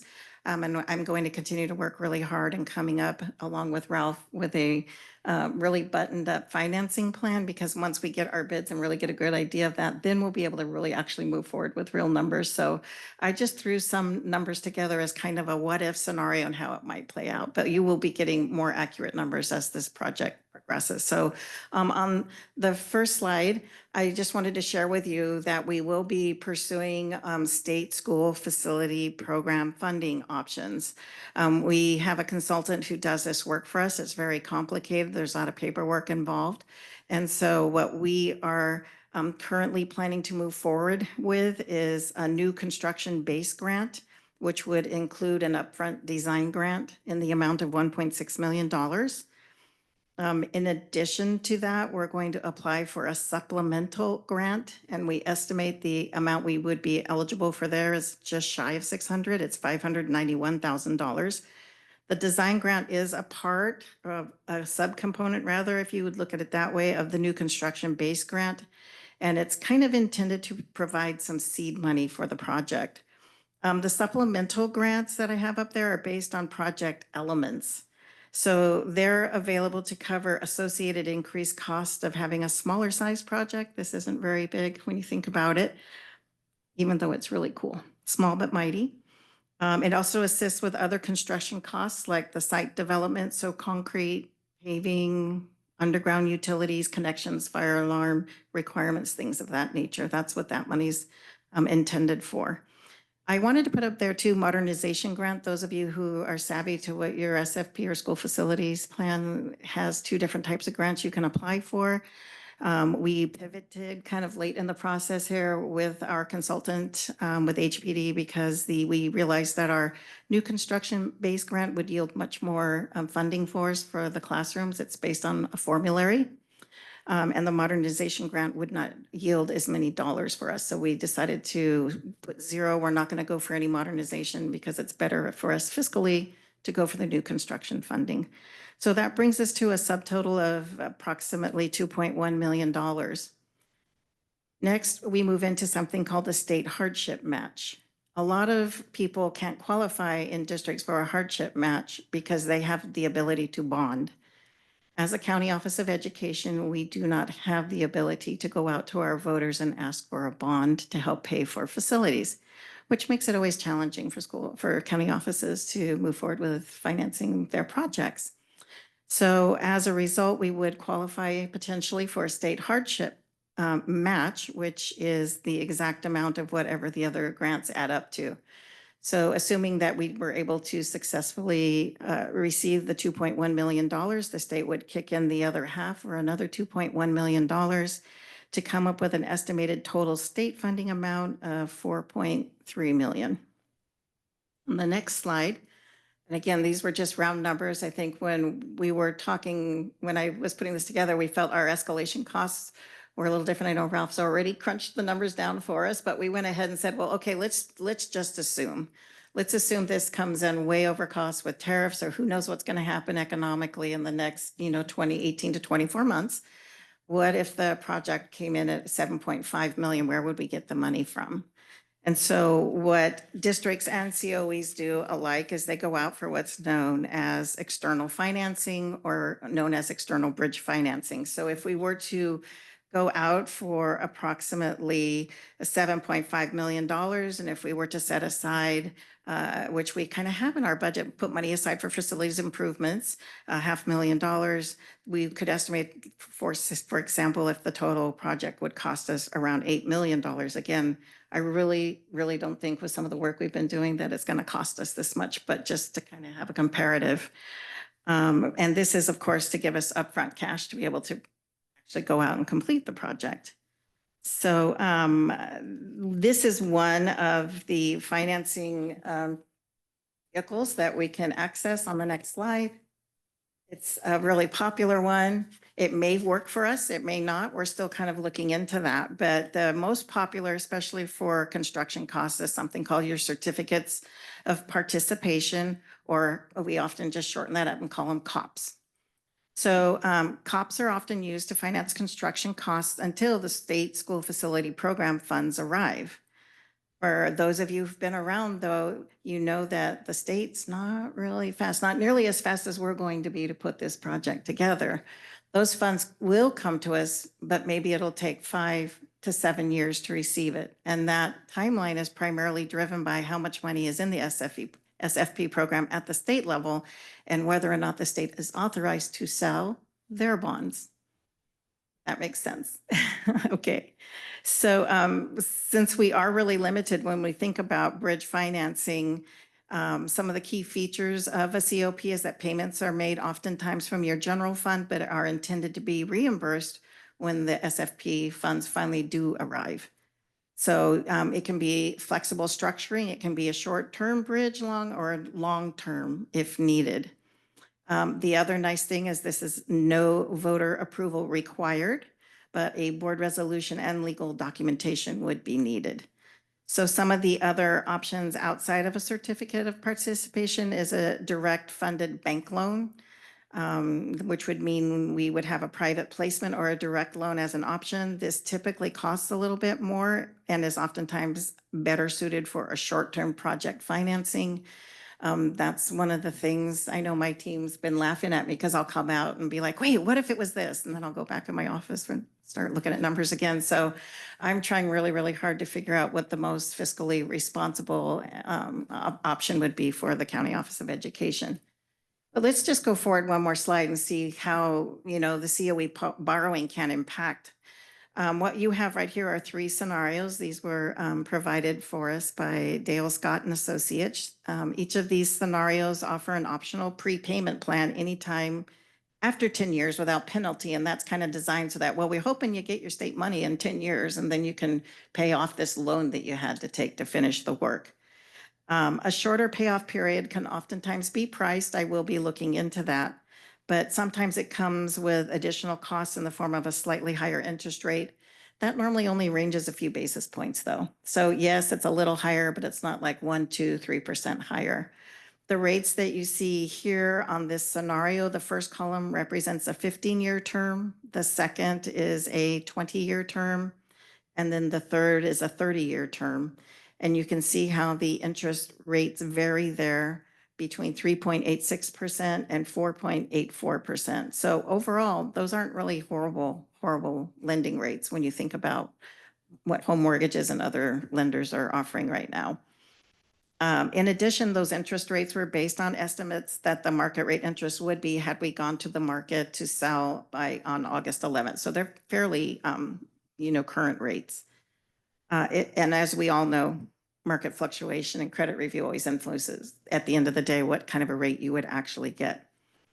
And so you can see how much I think, is everybody able to read that okay, or see it on your screens okay? All right, so I don't have to read the numbers to you, can see them, but the payments do range anywhere between $690,000 a year up down to $496,000, depending on if you go with a 15, a 20, a 30-year, again, in this particular scenario. There are other options out there, but this is the most common.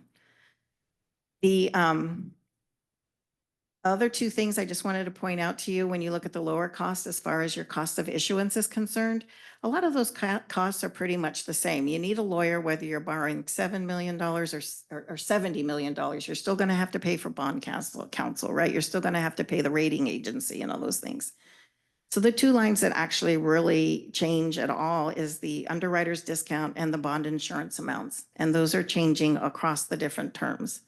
And the result of these changes, or the reason for these changes, is because the duration or the terms are different. So for example, bond insurance costs increase as the term of the financing increases. Why? Because you have longer credit risk for the people who are investing in this paper. There are two factors at play, right? Bond insurance premium is calculated as a percentage of your total debt service. So as you go out for longer periods of time, your debt service is higher. The longer the term, the higher the percentage, and the bond insurance firms will charge you accordingly. And then the longer the term of financing, the higher your total debt service amount. So that's why those two lines, you're going to say everything's the same except for those two lines, but those are the reasons why, just in case you were curious. So the real pain comes on the next slide. Here we go. When you start adding up all of those payments though, and your total interest, you can see that your 15-year scenario results in just over $10 million payback period. Now, those of us who have bought homes or cars, we have the shock. We all know that shock of, wait, my car was only $30,000 and I'm paying how much for it when I finance it, right? So same thing happening here. The 20-year term is about 11.7, and then the 30-year term is around 14. So those total cost comparisons are important, and that's another reason why I want to assure you that I'm going to continue to investigate the most fiscally feasible and responsible solution to our bridge financing needs. And there will be more on that to come. So the net of, you're doing the math in your head, and we can see the last slide in this presentation. You can see kind of what the net impact could potentially be if we were to fall into one of those particular scenarios. The reality is the state funds will not cover 100% of this project. There's just no way it can. So we will be coming out of pocket to pay for the difference. The question is how much based on what we feel our books can tolerate and what we're able to absorb and what's in the best interest. Clearly, all of this is in the best interest of our students.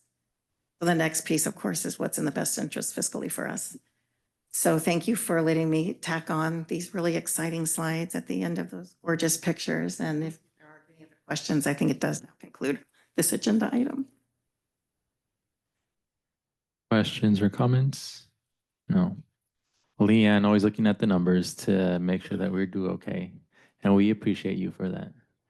Thank you. I do have a question, since we're on this particular slide. So we know that it could potentially be out of pocket anywhere between, depending on where we're going, 5.9 to $10.4 million, right? Yeah. Correct. Worst case scenario. So I know in the information provided, it said there is no guarantee that we will be getting state funds. So what does it look like for us fiscally if we don't get that money? It'd be the top line. Yeah, I know that, but like, how does that affect our viability, like our?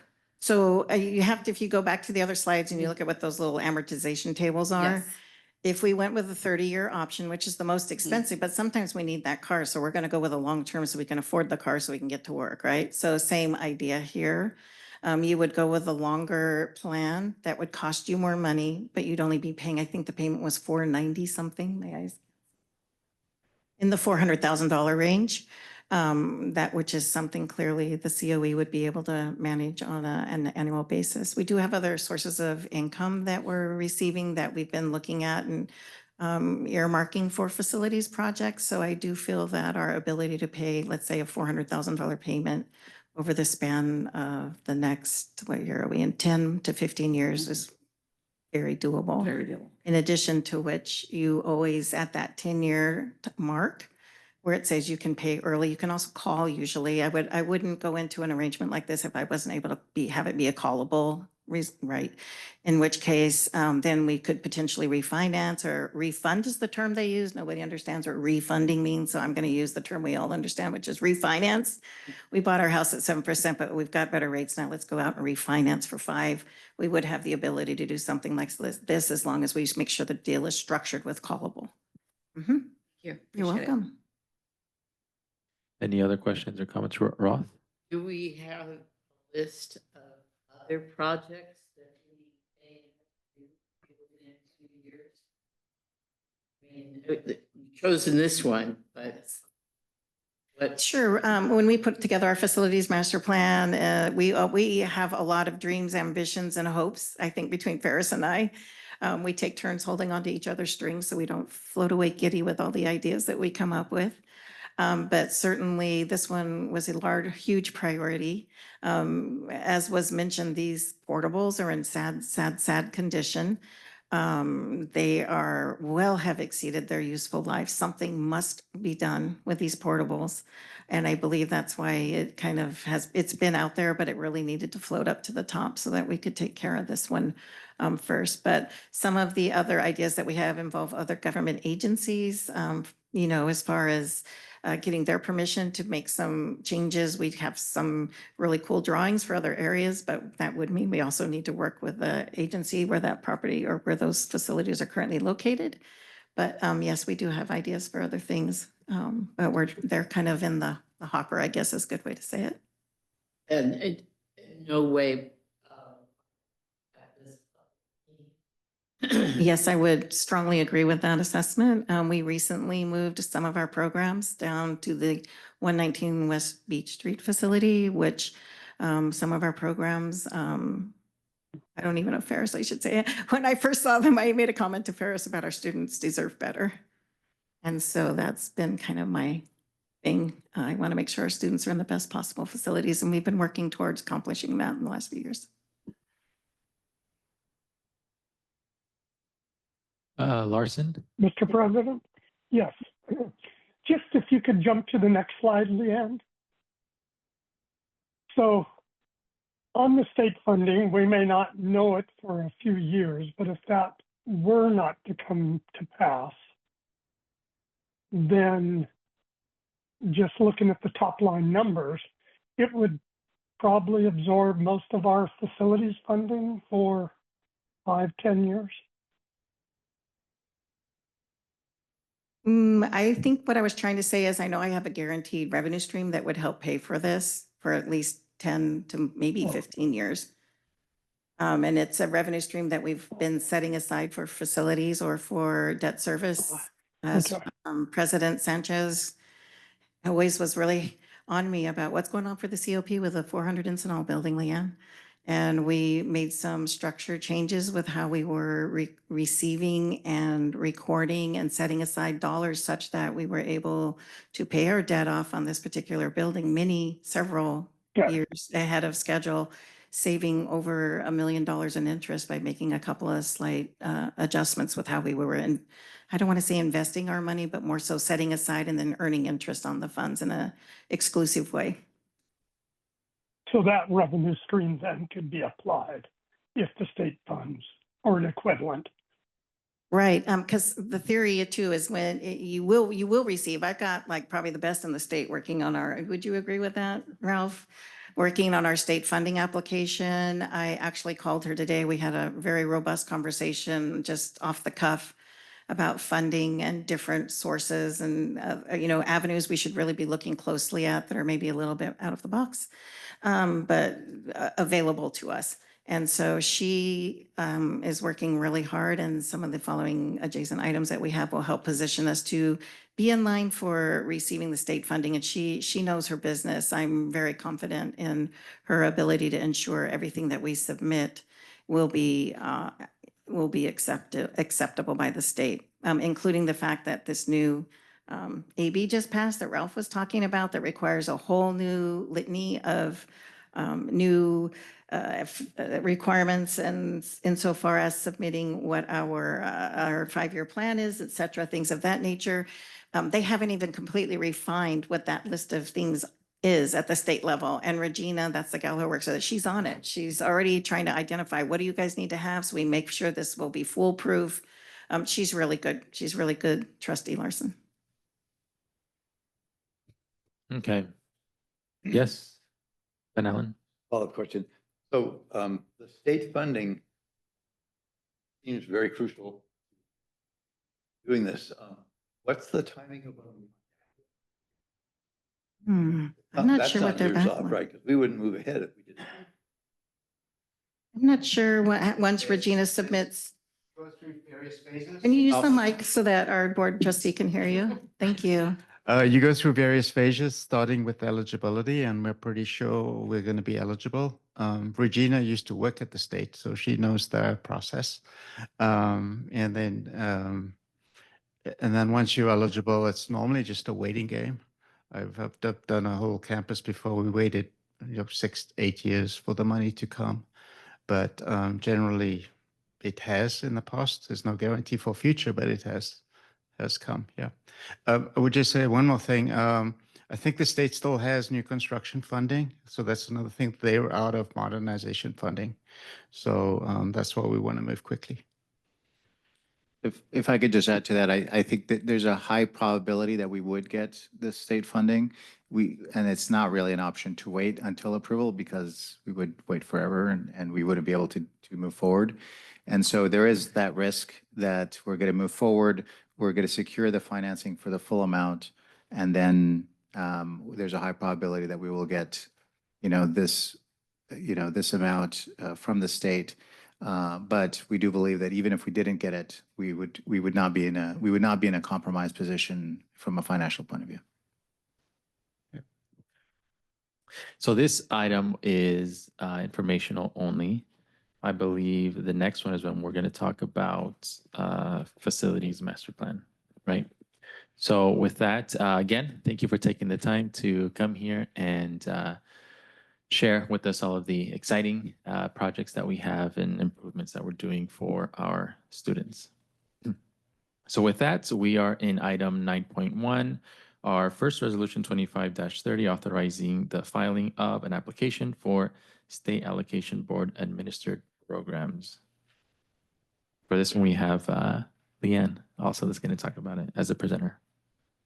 So in order to get in line for that state funding, I respectfully request that the board approve the attached resolution, which is allows us to file our applications for state allocation board administrative programs, which would get us in the first step of the process of receiving state funding. Any further questions or comments? Move to approve. Okay, we have a motion from Williams and a second from Van Allen. Can I get a roll call vote, please?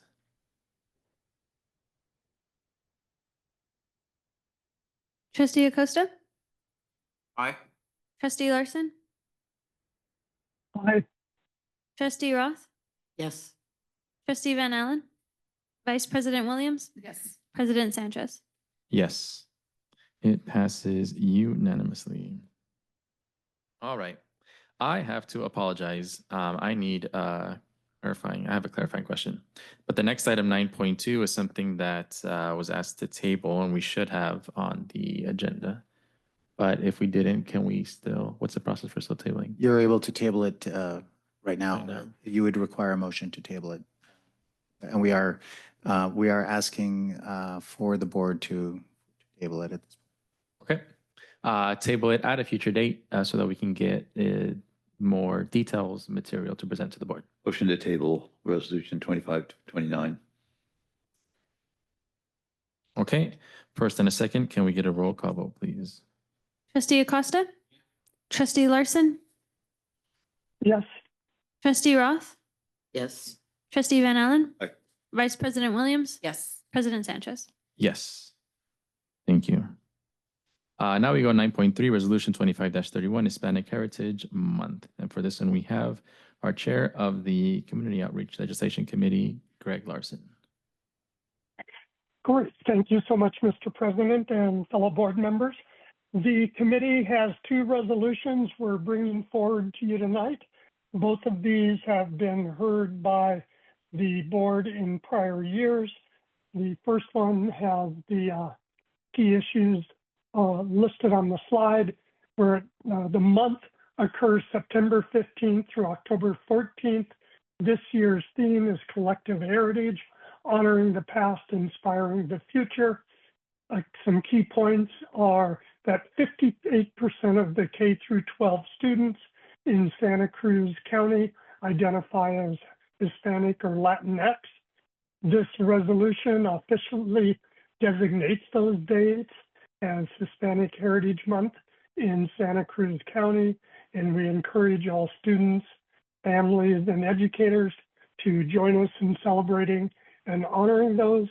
The one significant change for both this resolution and the following one is the federal clause that we've been adding since February, which recognizes federal changes in policy, funding, and staffing, and how it's creating uncertainties and even fear, in this case, for our Hispanic and Latinx community. So with that, the committee moves approval. Second? First and second, any questions or comments? If I could ask for, so we have started switching to a Latin A as opposed to Latinx as a more current. So if the trustee who made the motion wouldn't mind making that adjustment, and the second, the trustee who seconded it could, we would appreciate it. And it would be in several places throughout the resolution. Friendly amendment accepted. Yes, please. I'll accept it, Rachel. Yes, accepted. Okay. If there's no questions or comments, can I get a roll call vote, please? Trustee Acosta? Trustee Larson? Yes. Trustee Roth? Yes. Trustee Van Allen? Vice President Williams? Yes. President Sanchez? Yes, passes unanimously. Thank you. And then the last resolution that we have, 25-32, recognizing National Suicide Prevention Month, also with Trustee Larson.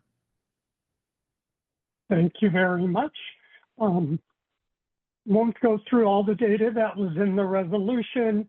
Some of the ones that really stuck out for me was that this is the second leading cause of death for ages 10 through 34, which includes our population that we cover, and that in particular, I was also intrigued that 9 out of 10 suicide attempts do not result in death, which seems to me to lend particular credence to the notion of emphasizing and recognizing Suicide Prevention Month. So with that, on behalf of the committee, I'd move approval. Second. Okay, you have a first and a second. Any questions or comments? If not, can I get a roll call, please? Trustee Acosta? Aye. Trustee Larson? Aye. Trustee Roth? Yes. Trustee Van Allen? Vice President Williams? Yes. President Sanchez? Yes, passes unanimously. Thank you. Now we're on item 10, Superintendent's Report. Thank you so much, President Sanchez, members of the board. I think the date on this is the wrong date. We need to correct that right away. Sorry about that. Yes, it looks like I'm still stuck in summer, but I did like to highlight this picture.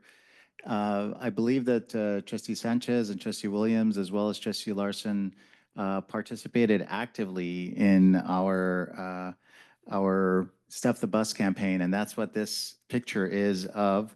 Really just a wonderful group. I feel terrible that I wasn't there, but so grateful to all of those of you who were. So many staff members who came, many who are here present with us, who participated and stuffed over 2,779. Is that the right number?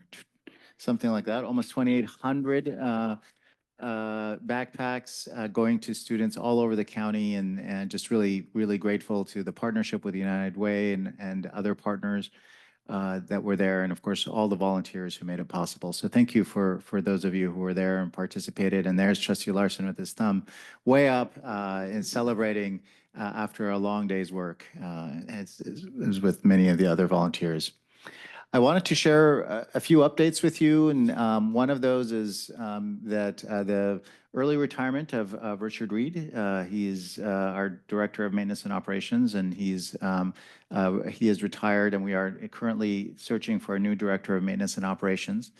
Also, the announced retirement of our esteemed Deputy Superintendent, Leanne Reyes, who is planning to retire in December of this year, after a long career in education, and has been my deputy and somebody who I had to almost, I would say, beg to convince to come work for us many years ago, and has done a wonderful job. We're so grateful to her work and contribution, and you have been able to experience her support and her voice here on the board, and just we're going to be beginning the process of finding somebody who will be taking on the position of deputy superintendent. But I thought it was important for the board to know, as this is such a key person who, and Leanne has done so much for the County Office of Education.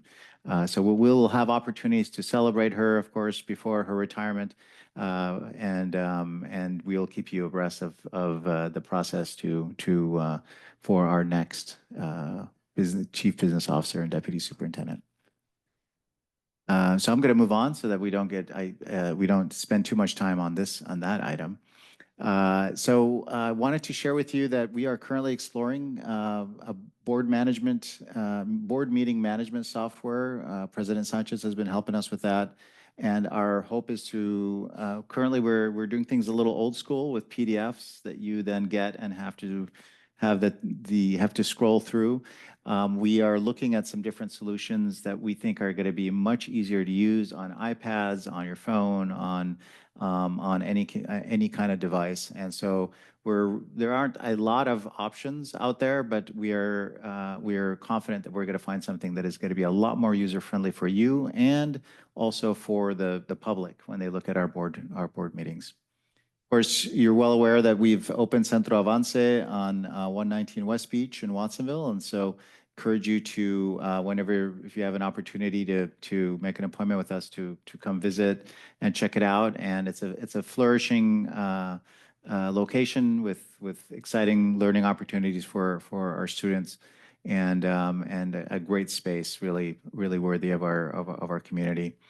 Of course, we announced earlier in the summer that Project Ascend, our diversion program to help students between the ages of 12 and 17 who have had some sort of contact, citation or arrest through law enforcement, to have an opportunity to be diverted so that they in fact are able to participate in pro-social activities, receive therapeutic support, also for families to participate, and then if they complete the program successfully, they will not have anything on their record of that contact with law enforcement.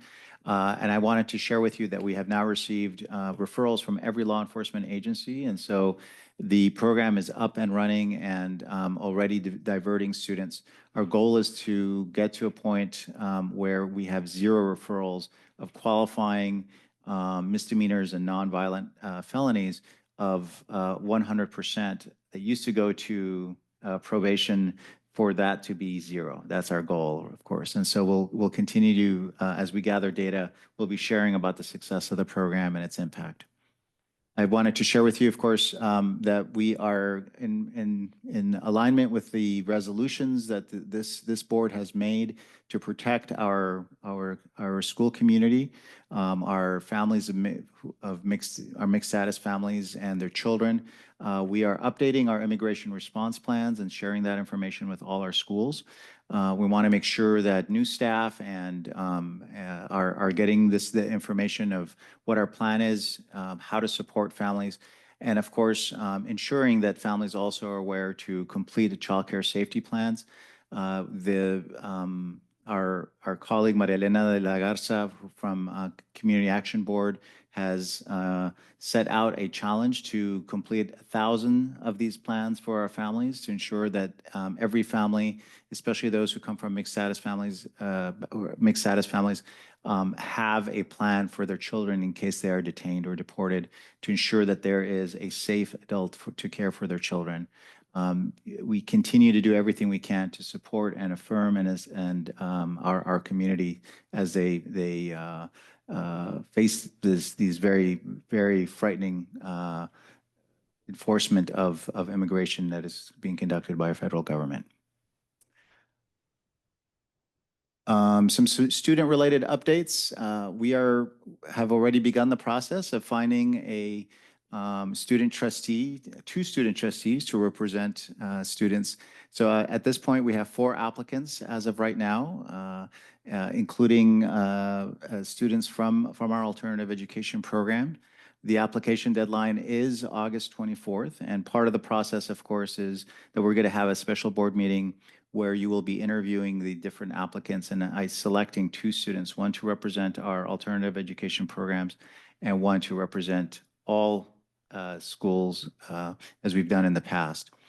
And so we're excited that we have interest and excitement. I did want to also share with you that we are launching a new program this year, which is an advocacy, a student advocacy council that will be working with me. These will be students from all the student trustees from all the school districts, mostly high school districts and charter schools. And in addition to students who've completed our Student Trustee Academy, these students will be meeting with me on a monthly basis and will be providing guidance and advice and advocacy and helping to inform us as an organization about student leadership and needs and opportunities that we want to make available for our students. We've been sharing about a drone program for educators, which is a train-the-trainer program that UCSC is organizing to help educators have developed the certification to be able to train students to receive an FAA licensed drone piloting license. And so that's something that we've been communicating. We've also begun recruitment for a robotics club. We had a wonderful ag robotics program in collaboration and partnership with X Academy, with Hartnell College, and Farm&G. And we had a wonderful program that was very successful this summer. And we also are beginning our process to identify students for the variety of different programs that are part of our Youth-Led Leadership Alliance. So we begin that recruitment. Andres is going out to the schools, and they have club brush days and different ways for students to participate. And so in the future, we'll like to come back and talk to you a little bit about some new exciting opportunities for students that are being made available. And I realize here that the Child Care Safety Plan Challenge is here. Our goal is to help contribute to the completion of these child care safety plans by September 30th. I did want to share just a little update on federal impacts on education. Really, I've shared this something, maybe a variation of this slide, which just shows the different ways that we've been impacted by the federal government and the different steps that they've taken. The first one is that you have heard of that the federal funds that were withheld have been released and have actually been received by school districts. The discretionary budget, which is how federal funding is approved by the federal government, that process is going to start in the beginning of September. And so this is something that is I'll be sharing a little bit more about this, but that is how we get that 12 to 16%, depending on what school district of funding is approved through the discretionary budget. The HR1, which is going to have deep impacts on our families when it comes to nutrition, SNAP services, as well as Medicare and Medicaid, impacts on our local community hospital, as well as our federally qualified health centers, is going into, we anticipate that starting in September, October of next year is when we're going to start seeing the effects of the impacts of HR1. I've talked about U.S. Department of Education disruptions, also the effort by the Health and Human Services effort to deny services to our undocumented communities, and court decisions related to either the Supreme Court or litigation, all of which have had an impact.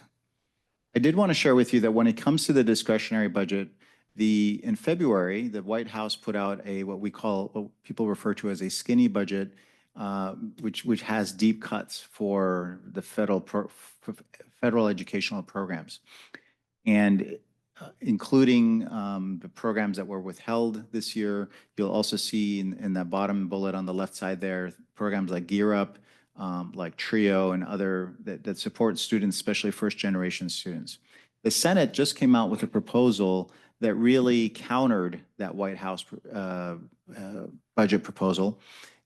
Basically flat funds all the federal funding. Some modest increases, a little bit of reductions, but generally keeps most funding level. And they added language that requires funding that not to be withheld as it was this year.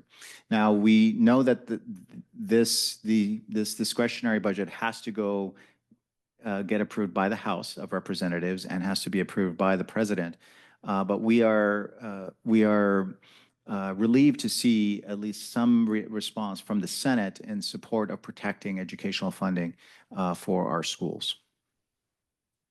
I did also want to share with you one piece of litigation that was very important, which is that a federal court has permanently blocked the U.S. Department of Education's attempt to restrict diversity, equity, and inclusion under Title VI. So this is really showing that the effort by the federal government to eliminate DEI programs does not, in fact, constitute a violation of Title VI and is actually only a recommendation, and that there is no authority for the Department of Justice or the U.S. Department of Education to limit our implementation of diversity, equity, and inclusion programs and practices.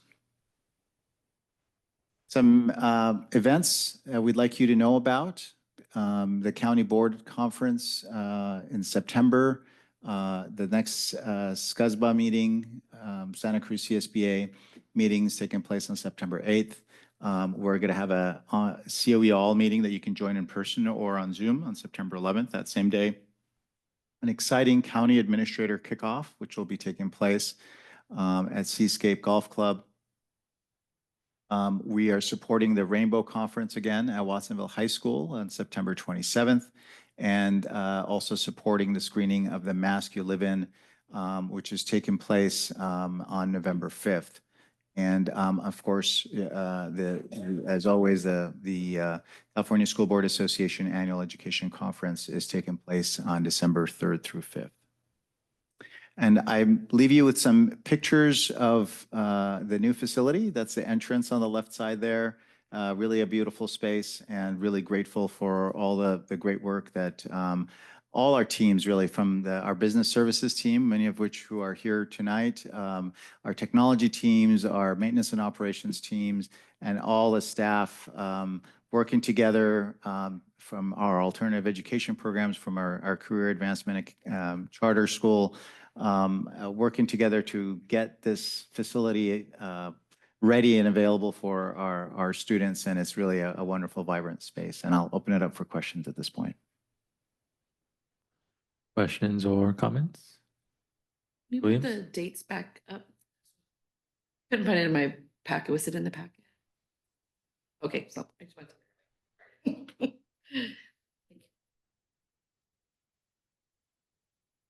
Okay, if no questions or comments, we'll move on to the trustee reports. And I'll start with myself this month, and then we'll work our way up the table.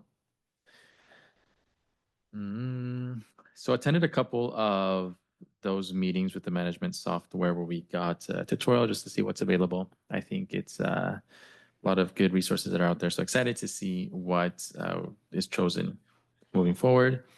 I attended the COE all staff meeting. Those are always fun to attend, and just to see everybody and to celebrate people and their anniversaries and welcome all the new employees, the new hires. It's always a good time. Did the Stuff the Bus as well. Really enjoyed that. It's a very lively event. It's just a lot of positive energy and good to see friends from the community as well. A lot of people from the community who come in and help us achieve stuffing all those backpacks. Was bummed and a little bit upset that I couldn't go to the new facility on West Beach Street, but I will try to find another time to go there. We'll definitely have to check it out. Been hearing a lot of good things about that. And that's my report. Trustee Williams? Yeah. So also attended Stuff the Bus activities, including making up the packets, which was a lot of fun because you get to do that with other COE staff and get to know them. So that was really nice. And then on the Stuff the Bus day, I've kind of had a bum knee lately. So I was like, well, I'm not sure how far I'm gonna be able to help. But you know, it's so much fun that you just don't even think about it. You just keep going and it's just so much fun. So went to the SCUSBA send off for Edward, and that was really nice. We all just kind of just sat around the table and just talked business really and heard a lot about his plans. So we're very excited for him. And then went to my first COE kickoff meeting, and that was a lot of fun. I know it was the first time in that facility, but it was great. And again, like President Sanchez said, being able to be there to celebrate everybody's accomplishments and how long the years of service is really incredible. And then spent a lot of time getting my daughter ready and off to college. So that took the rest of the month. But that was a lot of fun. And then before I move on, I want to say thank you, Leanne. You have such a special gift to put very complex topic into layman's terms so that we understand and then it makes sense to us. And thank you so much. I'm very sad I've only been able to work with you for a very short period of time, but very happy for you to retire and just wish you all the best. Thank you so much. Thank you. Trustee Acosta? Okay. Trustee Van Allen? Trustee A little Roth? committee work with, but Greg did most of it. Okay. Trustee Roth? I've been having too much fun this summer and have missed a lot of this. But I believe I will be visiting our new center down in Watsonville next Thursday. At least I have a question mark on Tuesday. To be determined. To be determined. Okay, I did have a question mark on it. So, and I hate saying goodbye. It won't be goodbye because she's in our community, but I do wish you the best. I just cross our fingers. Who comes in to fill some very large shoes, and that's nothing against the size of feet. But anyway, I wish that in a year into my retirement, and I'm finally adjusting and enjoying this right this path. Thank you. Trustee Larson? Thank you. A little bit less than usual because of travel as well as illness. I'm just getting over my first bout ever with COVID. So this has been a joy the last week, but I'm coming out of it. So I'll just start off saying, Leanne, I think I want to resign from the budget committee the day you resign from your position, the finance committee. It's just been a joy working with you for far too short, but I look forward to working with you these next several months and then seeing what you do as a retiree. I can't bemoan anybody wanting to follow that path. And so I'm sure you'll enjoy it and use it for the greater good as you have your career. So more on that later. A few items, just Stuff the Bus has been mentioned. I did the packet making, which was fun just to be working hands-on. I did cardboard recycling on the day in the arena, and then that picture was actually the unloading of all the backpacks here in the basement of COE. I think Rachel and I, Vice President, and I tag teamed it as SCUSBA. I had to leave about a half an hour after I got there to fly out, but it was great to be there and celebrate Ed. And then also the all-staff kickoff at the Grove, my first time, but just to see the enthusiasm and energy from the workforce coming together under the leadership and all the executive team presenting in various ways was exciting. Beyond that, I did attend a webinar called Beyond Band-Aids, a root cause approach to student mental health. Another webinar this week by CSBA introducing the upcoming Education Workforce Housing Workshop, which I don't plan to attend, but I just wanted to learn a little bit more about it. And then also both Trustee Van Allen and I were at the Santa Cruz City Council when they placed the workforce housing measure on the ballot. That was before this board a couple of months ago. That concludes my report. Thank you. Now we are on item 12, ad hoc or standing committee. Any reports or actions to bring to the board?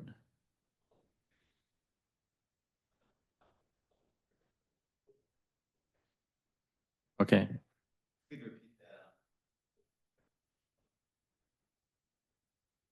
Policy Committee skipped a meeting, but we will be back next month with some policy revisions based on. Okay. If no other questions or comments.